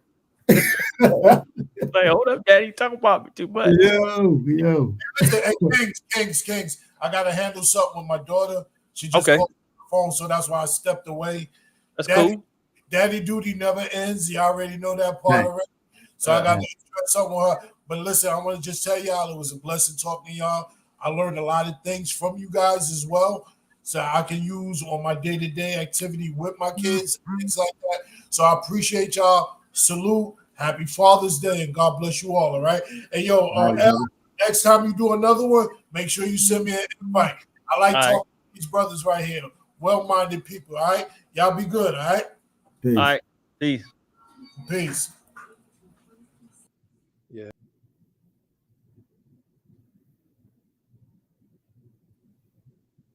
Cool, gotcha. Yeah, I was about to say, I think that's a good question about like what does discipline look like? for your kids and whatnot, like your sons. But as I mentioned a moment ago, like this, as soon as you asked that question, this came shot to my mind like a lightning rod. This is I'm be consistent, brother. You say something, you're I gonna stand by it. Right. Right. But it said it, I'm like, all right, I was thinking the Stand same. on We on the business. same type of time. Yes, right. We on the same type of time. But yeah, so this came to my mind is this is from the Bible, actually, from Hebrews. It says, if discipline, it is for discipline you have to endure. God is treating you as sons. For what son is there whom a father does not discipline? If you were left without discipline and in which all have participated, then you will be illegitimate children and not sons. He says, besides this, we have earthly fathers who disciplined us, and we respected them. Shall not we be more subject to the Father of spirits in whom we live? For they, our earthly parents, disciplined us for a short time as it seemed best to them. But the discipline for us was for our good, that we may share in his holiness. And so I think that, like, and so here it says, for the moment, all discipline seems painful for that moment rather than pleasant, but later yields a peaceful fruit of righteousness for all those who have been trained by it. So I think discipline in itself it's corrective in that way, but it's also formative, right? So like there's times that I'm disciplining my children if I'm not without the rod, but there's times I am disciplining them with the rod. Like both those things go hand in hand. So like I love what Roland said, man. Like your instruction should be clear. It shouldn't be like any sort of like I didn't know that was gonna happen. Like, nah, like you know what it is. Coming from the start, right?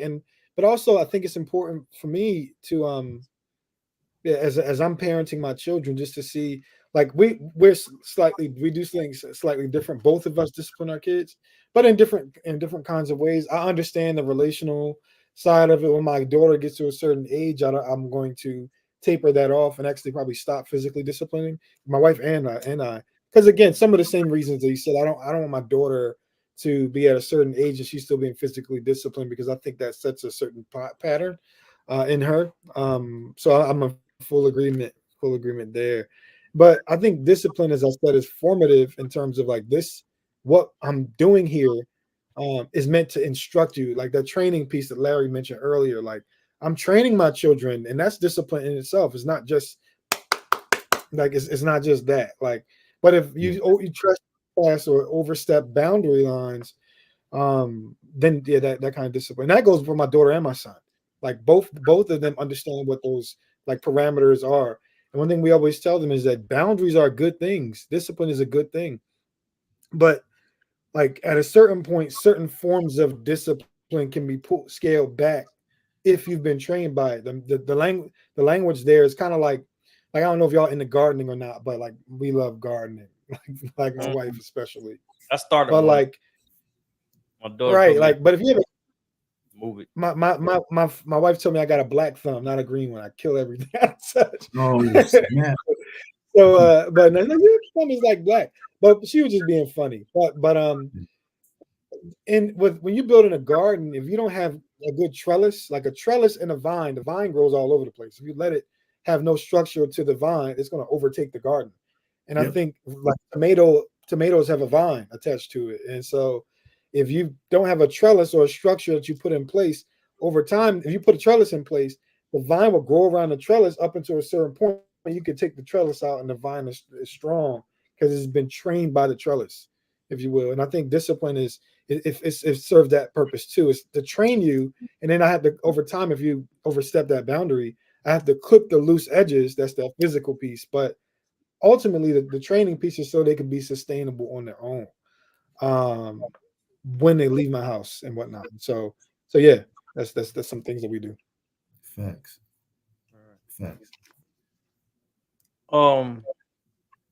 So I know, Roland, you said you grew up with your father or in the home or not? Oh no, Pops was home. I had Pops and Mom. He's good. Larry. Yeah. No, I didn't. You didn't. Yeah. Now, Maurice, I know your story. You grew more with your father and without your mother, correct? Yeah, I grew up with my dad, man. Single parent home, but I grew up with my pops. All the joys and pains that come with that. Yeah. Now I grew up without my biological father. He left when I was about 5, and people heard me talk about that before. I guess Larry. What's up? How did you? Let me ask you this question. Mhm. The negative effect. Was there a negative effect for you? I know it's some things that you didn't learn and all that, but any other things that you saw or noticed that had an effect on you as growing up or as you got older? Oh yeah. There was, because there's tons of things that you should learn from your father, and I didn't. And so where did I learn those? Out in the streets, out in the places where I was not supposed to learn those. And so growing up and becoming, self-aware that, hey, I never should have been doing that at 15, 20, 25, 30 years old. And now when my boys are coming of age, I have that knowledge to say, hey, we need to talk about that. So I'm teaching my boys things that my father should have taught me, So it's turning a negative into a positive, basically. And understanding that as soon as possible, as early as possible, because some guys don't grow out of that. Some guys don't understand. Like there's no switch that flips that says, hey, I shouldn't be raising my kids the way that I was raised, in a negative way. Now, do y'all? When the last time do y'all communicate or? I'm gonna say. Go ahead, Roland. I'm gonna say this. As I have a son, it seems as if, I don't know how nature did it. It seems as if there's an age where the son, all they want to do is do what the father does. If the father, the way he dressed, whatever he say, there's an age where all they want to do is please the father and do what the father do. And you, most of the time, you're unaware of what the child is looking at you. Most of the time, he looking at you. You don't even know he looking at you. And he doing and saying some things that he don't even know why, but he see that you doing it. But the thing about nature is that there's a thing about nature that it's a specific time. If there's no father in that house, the boy will still find something to emulate at that time. Whether it's social media, whether it's the neighbor, it don't matter. It just seems like boys, I can speak for boys because I saw it, is built to receive anything at that age. And that age fuels them to be what they are or whatever luggage they carry for that age. So it is like, it is crucial for the father to be in the house at that time. And also it is crucial for you to carry yourself upright in the manner that you would just think that somebody's looking at you. Your words, your actions, how you interact with your wife, the kids, your daughter, all the kids, somebody's watching that and they're going to emulate that. It's a time, man. If you had a son, you would see what I'm talking about. I give you a situation like, like I said, I play a lot of soccer and I'm always ready to play. So when I put on my my sweatpants, I usually put shorts underneath it, right? Or whatever clothes I put on, I usually put shorts underneath it because I always got shoes in the back of my car in case I could just pull up somewhere, drop them up and play. Well, you ready. Apparently one day it seems that my wife was going past my son's room and he was getting dressed. This kid is like 6. And apparently he had shorts on and he was trying to put it over. He was trying to put his pants over his shorts. He's like, what you doing? He said, daddy put it on, so I'm putting it on too. I never knew that man looked at me like that. Yeah, so I'm telling you that sons, they see. Boys see. You tell them whatever you like to tell them, but they see what you do. And that is more impactful than what you say. Yeah. Thanks.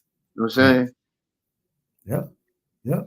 Larry, how's you and your father relationship today? Is he still living? Or nah, my father passed in 2012. 2010. Yeah. Did y'all have a good relationship later on in life? Or? I think as I gotten older, it became more of just like of a mutual understanding, but not really like a father-son relationship. Mm. It was more just like, hey, two adults that understand, they're at points in life, and that was really it. But it was not like, hey, me and my father, we go and we'll go fishing together. It was like none of that. It was none of that.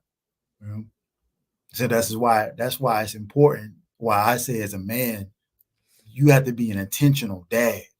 You have to engage with your kids, all the time. Like, see how they doing, check on them, ask them questions, let them know that, hey, you there, definitely. Yeah. Don't be quiet. My son's sitting on the couch right now looking at me. Yeah, I make it my purpose to go in there, dive on my daughter's beds, probably about every day, sitting there, talk to him, and see, ask him. Hey, to his point about his father,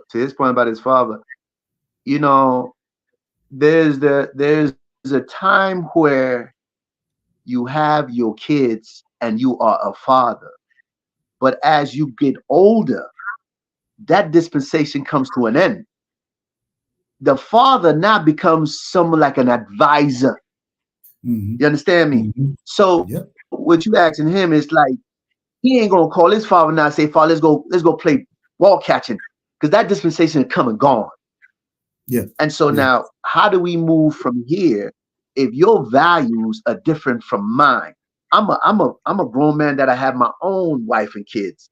So how does our relationship now go if I don't see you're living your life totally different from what I believe? Even though you gave me life, there's no closeness, because at that point, I'm supposed to come to you and I sit down, whatever we drink, I'm asking you advice on things that I'm going through. But I don't respect that. The life that you chosen can't give me no advice. So now how do we relationship in that aspect, right? Yep. So now I'm not just going to cut you all off. It's somewhat of a distance, we just like you said, we adults. We ain't really, there's no connect. Even though you gave me birth, that don't mean nothing, right? But we can be adults, and that's that. And you, at that time, you wish that it was more, but it's not. Why? Again, cause and effect. The decisions that you've made and the things that you've done or not do has caused us at this point. You get what I'm saying, Leon? So it is what it is. Yeah, it is. Because all of us now have kids in our house, but it's going to be a time where they're out, and then they choose however they want to make their relationship with you. Yeah. So you can't call them up and be like, "Let's go throw the ball." The time has passed. Let me add something to that too. So one of the things that like a philosophy that I talk about for manhood is the fact that no man can tell another man how to be a man. Like, he can only give you the tips, the tools, the advice, the strategies, and you got to take that information and you got to decide for yourself the type of caliber of man you want to be. Because I can tell you do everything right, but if you become of age and you do everything wrong, that's not wrong on me. That's wrong on you. As a man, you have to take that information that's been given to you and decide what to do with it. And I think as fathers, that's what we want to pass down to our kids, to our sons. Like, hey, I want to teach you everything I know, and it's up to you to do what you will with that information. That cause and effect. I gave you the information. I gave you what you needed to learn to be successful. You either take that information and you build on it and you add to it, or you do nothing with it. But I gave it to you. That was my job. My job was to give you that. And so me growing up without my dad, but realizing that, that's how I approach fatherhood now at this point. Very intentional about it. You got to be. Oh, yeah. Definitely. Yeah. And I asked that question because I didn't think my dad not being there, I didn't think it had an effect on me. But until I turned, about in my mid 40s, I'm 48, so probably around 43, 44, that's when it hit me. Yeah. I started having these issues in my 40s. Yeah. And that's why I asked you that. How was your relationship or anything like that? But one thing I do like, me and my father, we got a great relationship, but once we started talking and all that. I mean, we always talk, but like once we started calling each other all the time and Yeah. just realizing some of the things that we are liking. Like he started telling me like how he liked to ride and just think. When he told me that, I'm like, dog, I do that a lot. I just like I love to get on the highway and ride and just think. Yeah. And then I try to be as healthy as possible, but my favorite junk food, is pizza. One day we in a conversation, and he telling me I love pizza.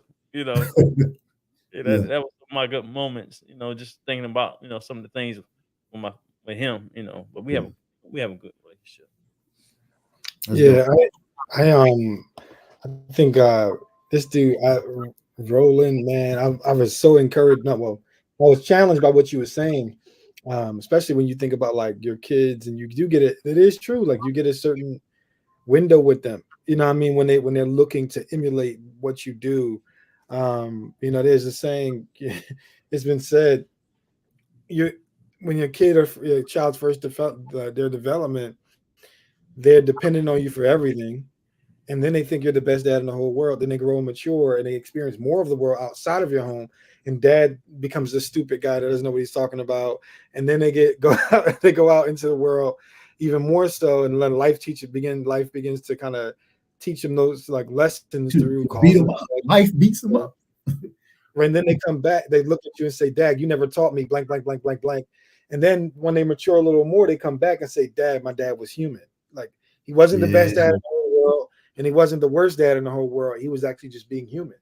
And that doesn't mean that his mistakes are ignored or muted. It just means that I can now see you through I can understand things that I didn't understand when I was young. And that is true. Like in my relationship with my dad, even though I grew up with him, as a kid, my dad was always there, super present. But then he worked a whole lot, and single parents and whatnot. But growing up with him, he worked a lot, but he also loved the women. Like he was always with different women. He used to joke around and say, "I'm gonna get the mom, you can get the daughter." It's like we could tag team. And I'm like, bro, he was only playing. He was only playing. Like his way of relating to me once I got older. And I will say, like I keep coming back to this, not to harp on it or beat a dead horse, but I do think it's a tone setting thing. I'm really talking about when my worldview began to change as a teenager. I didn't grow up in a Christian nothing, but when I became a Christian in high school, my worldview was completely turned upside down, and all the things that was once normal to me that I learned from my dad and just other men in my life, those things I now begin to question. Like, why is it that my dad is like, I can't recall a relationship with a woman for more than 3 years? Why is it that my dad is like having me cover for him when he's like with other women and stuff? Like, why? And I started becoming uncomfortable with that. And I just remember as I've gotten older, there's certain things, as you said, Roland, like I've not respected, but I can respect you. Like I respect you as a person because of the fact that you're my parent, but I don't have to respect your decision making. And what I've tried to do is to like not course correct that, but like think through that, how my kids might be, 30 years later having the same conversation with another group of guys. You know what I mean? Like my son. And so one of the things I'm trying to do now is, like I said, those foundations matter. Like you don't build a foundation in the house 2 or 3 times unless something's wrong with the foundation from the beginning. And so for what we're seeking to do is to try to be intentional now by building that relational piece, because now they have to relate to me, but later it becomes a choice. And I would want for them, when they get to a certain age, where the choice is something that's easy to make it's easier to make rather than my choice of saying, well, I don't, you could disagree with my worldview, but I can't deny the fact that my dad was present. He loved me. He took care. He cared for my mother, et cetera, et cetera, et cetera, et cetera, et cetera. So those type of things that are respectable by anyone, even if you don't share my faith, you don't share my vantage point, I still want my kids to be able to see integrity and value it regardless of where it comes from. But yeah, that is a tough lesson. And now in my case, my relationship with my dad, like he randomly hit me up like a couple weeks ago and was like, I'm in your area, I'm gonna swing through. I said, it's a random Tuesday, random Wednesday. Come through, and guess what we had? Pizza. All that. Yeah. Yeah, all that to say, man, like if I was holding on to all of the bitterness and all of the painful things that happened when I was a kid, and there's some things that we need to talk through because of, like you're grown now, like we can have a conversation. But yeah, like I've now said my kids are now the outlet or inlet, if you will, for a relationship with my parents that I didn't have. And now I can sit back and see how they interact and all that type of stuff. So yeah, it's a thing. And the last thing I'll say is there's this book I read a while ago. It's called Daddy Issues. It's like addressing the wounds caused by absent, abusive, or aloof, that's present but passive dads. Because it could be a lot of dudes who grew up with their dad in the home, but your dad is absent. Well, he's not absent. He's abusive. His presence actually is damaging presence. Or he's aloof. He's not actually parenting you. He's just paying the bills and keeping a whole roof over your head, but he's not actually parenting you. And then you have the other situations where you have a dad that just isn't there. And all of those things can cause wounds that can impact you as you grow up. And then you try to be a father, you don't realize where some of those things come from. But it comes from you receiving a certain type of parenting. So I think it's good. It's always good to have some resources to help you process, those experiences and whatnot. So good stuff, Roland. You killed it, bro. Thank you, sir. That man got a whole library back there. Good gracious. Hey, this is just like the top all the way down to the floor. We got some books, man. I've been trying to tell you. Readers are leaders. Leaders are readers. Hey, yeah. So I'm gonna ask this question. We'll go ahead and wrap it up. I know it's going on about 2 hours. Renee said, "What are your views on social media being the new driving force for your kids and false reality?" That ain't only for kids. That's for some adults too. Yeah, man. I'll keep mine real short, man, because you can't protect your kids from all of the internet. However, you need to create a space that they can come to you with things that they have questions about, because the internet is moving fast, so they're gonna see stuff that they don't understand. So I make sure I ask my kids, "Hey, have you seen something that you asked some questions about? Have you seen something that was, something you can't explain or you need some explaining? Come to me, please. Talk to me. Let me know." Like, because trying to tell your kid that you can't get on the internet is like saying they can't get in the ocean or they can't walk in the rain. Like, it's everywhere. It's everywhere. It's how we communicate. But you can create yourself being the safe space that they can come to when they get cyberbullied or they run across something that was graphic. You know what I mean? Like, they can come to you and talk to you about it. And that also opens up a mode of trust. But also, like, that time on social media got to be limited. Like, they can't just be on it. Or, like, don't be a lazy parent that just say, "Oh, I'm gonna just let them go be on the internet all day." Like be present, man. And that's what we're talking about. Like, intentional parenting. Like, open lines of communication with your kids, so they don't learn how to be a kid on the internet. They don't learn how to be an adult from the internet. You know what I'm saying? So that's my short views on it. Yeah, well, I talk to my kids about everything.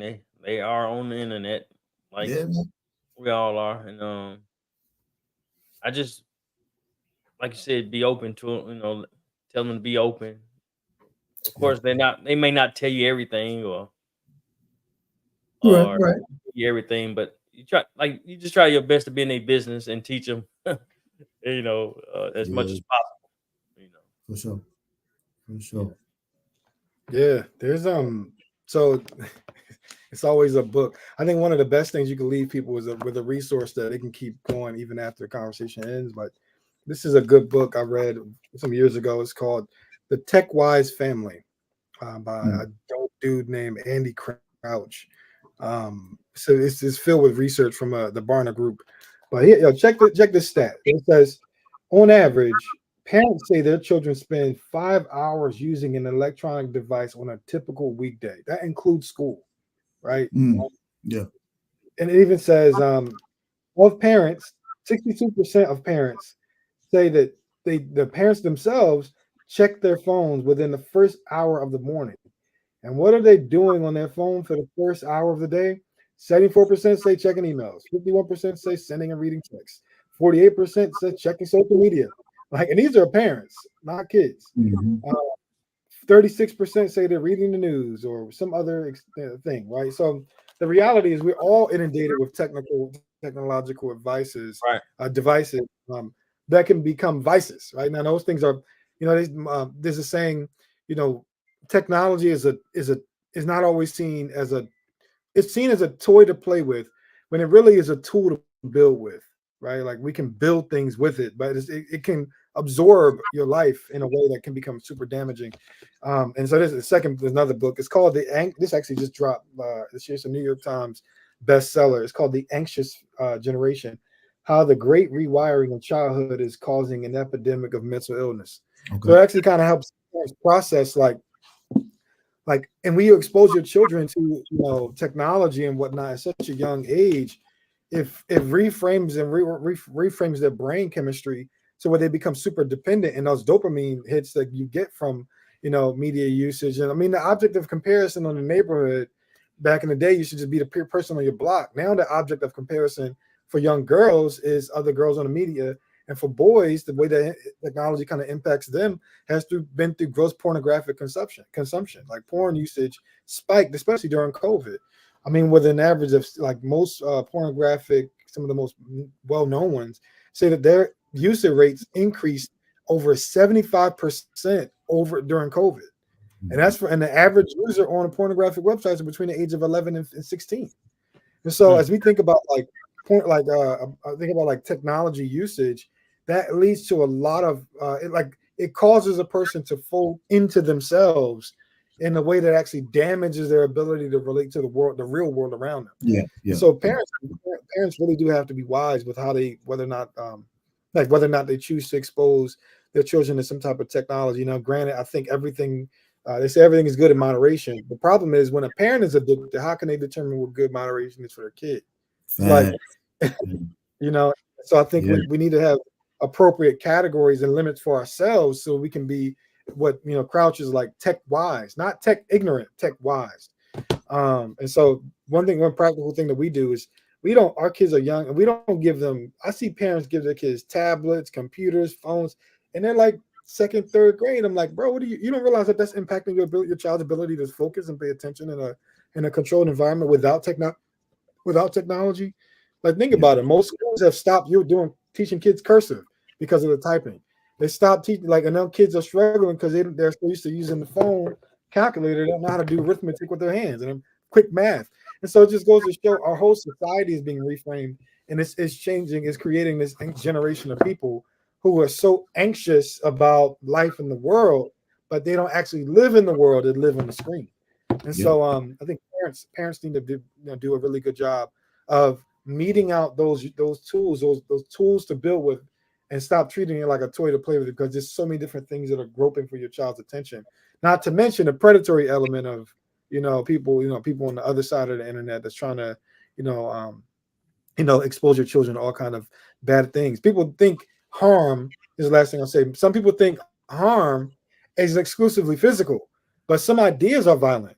You know what I mean? Like, and so if we're going to have, if we want to give our kids good framework to think through, we have to realize, like I love what Larry said a moment ago, we have to realize we have, as parents and as adults, have to unlearn some things. We have to unlearn the idea that I have a bunch of free time. Like what I do with my free time is my time. Don't tell me what to do with my free time. I work all day. Don't tell me what I can do with my time. And you can guarantee the kids are watching too. You can guarantee they're watching. The idea of free time is actually a way of escape. So we have to ask ourselves, what are we escaping from, and what are we escaping to? And we all need healthy avenues to be able to use technology as a tool to build with, not only as a toy to play with. It can be both, but the percentage should lean towards tool and less to it. That makes sense.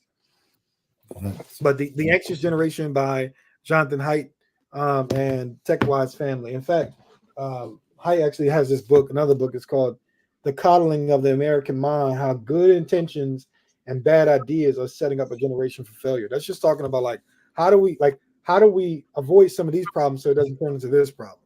Mhm. But Mhm. good books are good should be in every parent's tool bag. I don't care if you like to read or not. Like we really have no excuse. And the thing Oh, about yeah. social media is it's hurting our ability to actually read long form arguments. So we so used to quick posts and quick videos, but we don't actually have the patience to sit through material. You know, Yeah. so that's it. We're all being affected by that in ways that are harmful. But I could go on and on and on, but this ain't my show. Was rolling froze. Oh, go ahead.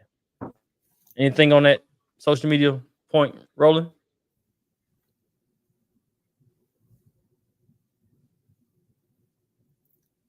Froze. Can't. I think he's using it. I think that's a great thing that in being fathers, we need to be intentional about what our kids see. Rolling, you froze. He's doing. Rolling, you got a bad connection. Go back out and go out and come back in. Okay, see. Mike can't hear me.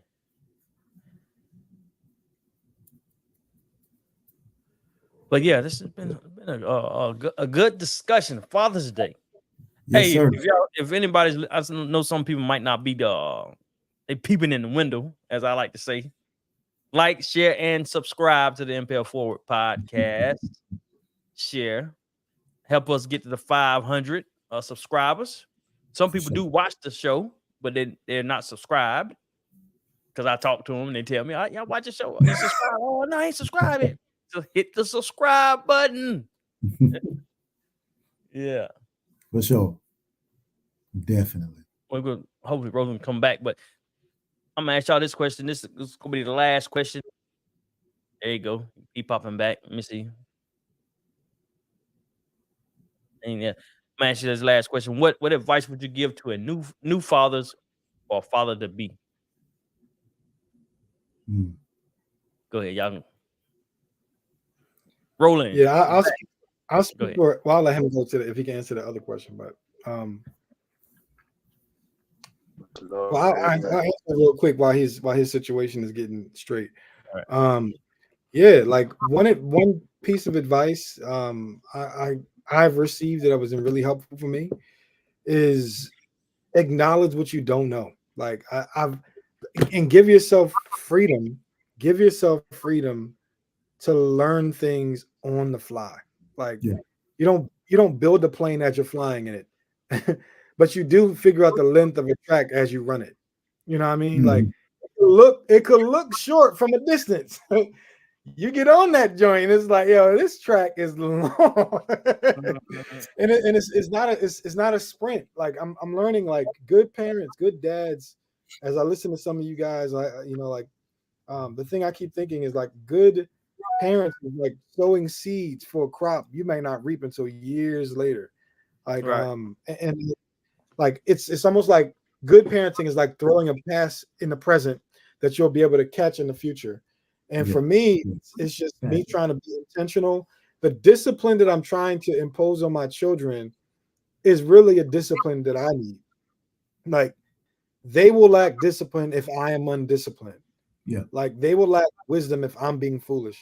They will lack security if I'm being wasteful with our resources. So like when it comes to discipline, again, that's why I keep saying it's not just corrective, it's also formative. And so I would just try to encourage a young dad, a new dad, with the idea with like that man, acknowledge your weakness and lean into it so that you can learn and gain. But also, I don't know, some new dads may have situations with their child's mother that they're married or they're lived cohabitating or co-parenting or some other type of situation. But I think it's of utmost importance for that father to have a healthy relationship with their child's mother wherever possible, if possible, because that is going to set the frame. It's like when you drive your car and you're merging from a city street onto the highway, you need a ramp to get you down into the highway, going down a certain speed so you can be on track with the other cars. And in a similar way, if you don't have a healthy relationship with your child's mother, it's like moving from the city straight to the highway. It causes problems, if not now, later for you or for other people. And in this case, we're talking about in the lives of your kids. And so I think that you don't want to do, you don't want to have an unhealthy relationship there. But sometimes you have to acknowledge, similar to what I mentioned in this book, like daddy issues, like that. You have to come to grips with your own upbringing, because you don't reproduce what you know first. Like, you reproduce who you are, And so I would just tell that dad, let's take time to process your own story before you start trying to write another story, like your child's story. Like, and that means seeking help where you can from other fathers and from professionals if you need be. But we as men, we have to put away this idea that I'm not going to read it. Everything needs to come off YouTube. Sometimes you need to sit down and discipline yourself into, I'm doing this not just for myself, but for the sake of my kids going forward. So I have to gain some I have to gain some skills so that I can actually reproduce that. Or take it from these other resources, contextualize it, or make it fit the people you're dealing with, your kids, and then apply it. And be quick to say, like, that worked for this season, that's not going to work for this season. That worked for this kid, and it can work for this kid. This worked for this situation, I can work for this situation. And a lot of it, as what the brother said, is trial and error. But just know there's grace for you. That children are resilient, and you have time until you don't. that's just being honest. Yeah. I agree with you. One day at a 100%, bro. I agree. Matter of fact, I'll say that's my same advice. I'll say the same thing, because you owe your kids the best version of yourself. And so you need to handle all of your issues so you don't become another obstacle for your kids. Plain and simple. If you want to be a better parent, squash your issues so you can put forth that energy, that time, energy, and effort to being a better parent, and not being the parent that can't get over themselves. Because now you're just another problem for your kid. You're just another obstacle. So definitely, that's same advice, man. Same advice. If you want to be a better parent, learn to be a better person first. Make room so you can have that room, have that energy to be a better parent. Mine is very simple. Give your all. Yeah, that too, brother. Give your all. Definitely. My bad, gentlemen. My thing is, there you go, Roland. There you go. All the kids in the house, everybody's on the internet, man. Oh. It'd be like that. That. My apologies. Hey, you know what that is? Right. But I was saying that intentional is the key thing we're looking for. Oh, my man, cracked off the jacked up again, huh? Oh my God. It's what it is, man. There you go. There you go. You answer that question. What would you give to new fathers? What advice? Oh, me? That's the question on the floor. Well, no, you can take it. Don't even look at that. What question would you give? What would you give new fathers? Yeah, what advice? I would say know that you don't know.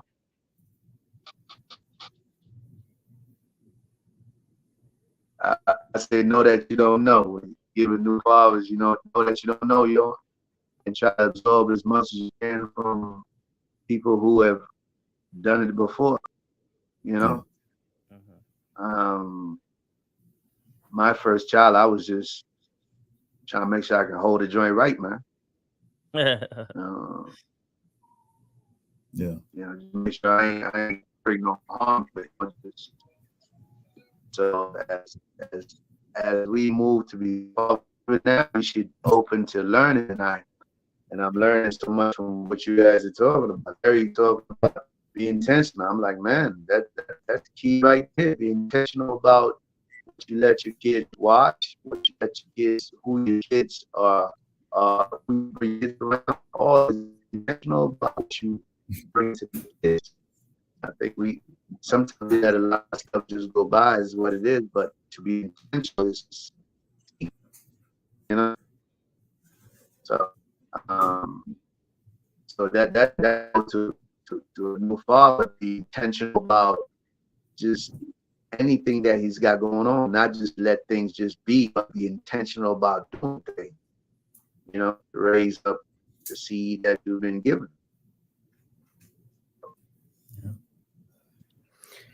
Yeah, can I say one more thing? Go ahead. So one of the, after everything I just said, everything this brother said is crucial, and then Larry as well. But I guess another thing I would say to a new dad is enjoy your kids. Like, Yeah. I think sometimes we can be so busy, and I'm guilty of this, so busy hoping they just get all the lofty things that I gotta give them. Like, I got all this wisdom and knowledge of the books and experience, and I want to just dump it on them. Yeah. But like, I need to learn the importance, and I think good dads love their children by just enjoying them, like delighting in them. I think that's a beautiful thing when a dad, you can see a dad that's like my daughter, it warms my heart. But even if I have to discipline my daughter or my son or whatever, and they quick to say, Daddy, you're so nice. You're so sweet. Love playing with you. You're so fun. And I think that to me is like, I'm thinking of discipline. I'm like, oh, that was rough. I blew it. But I think that they see me in other capacities where I'm not, our relationship isn't only about that. And Right. I just would encourage a new dad, just delighting your children. Like, let your children know you love them, not just in what you say, but also in the way you just enter into their world and delight in them. And not only that, like, enter into their world, lift them up, right? Like, lift them up so that they can know that they are cherished by you, not simply protected and guarded and taught and disciplined, but let your children know through the way you treat them that you cherish them. Like, that's a huge thing. Yeah. Have fun with them, laugh, play, yeah, all that. Yeah. Be present.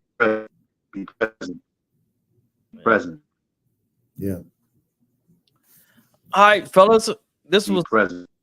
good. It's been what, 2 hours and 20 minutes. This might be the longest one I done had so far. Hey, it's a good topic though. It's Good important. topic. Yeah. Hey, I like to thank Leon and Mary. Appreciate your wisdom. Maurice, I appreciate you, man. Hopefully, I've been blessed by the nuggets that y'all got. Hopefully, I'll take some of that and apply it to my fatherhood, and appreciate that. It was good talk. Appreciate that. Yeah. And I appreciate y'all for coming on. For sure, brother. Anytime, man. Anytime. All right. Appreciate it. And there you have it for another episode of the Impel Forward podcast. Make sure you like, share, and subscribe. Stay tuned. Peace. Deuce.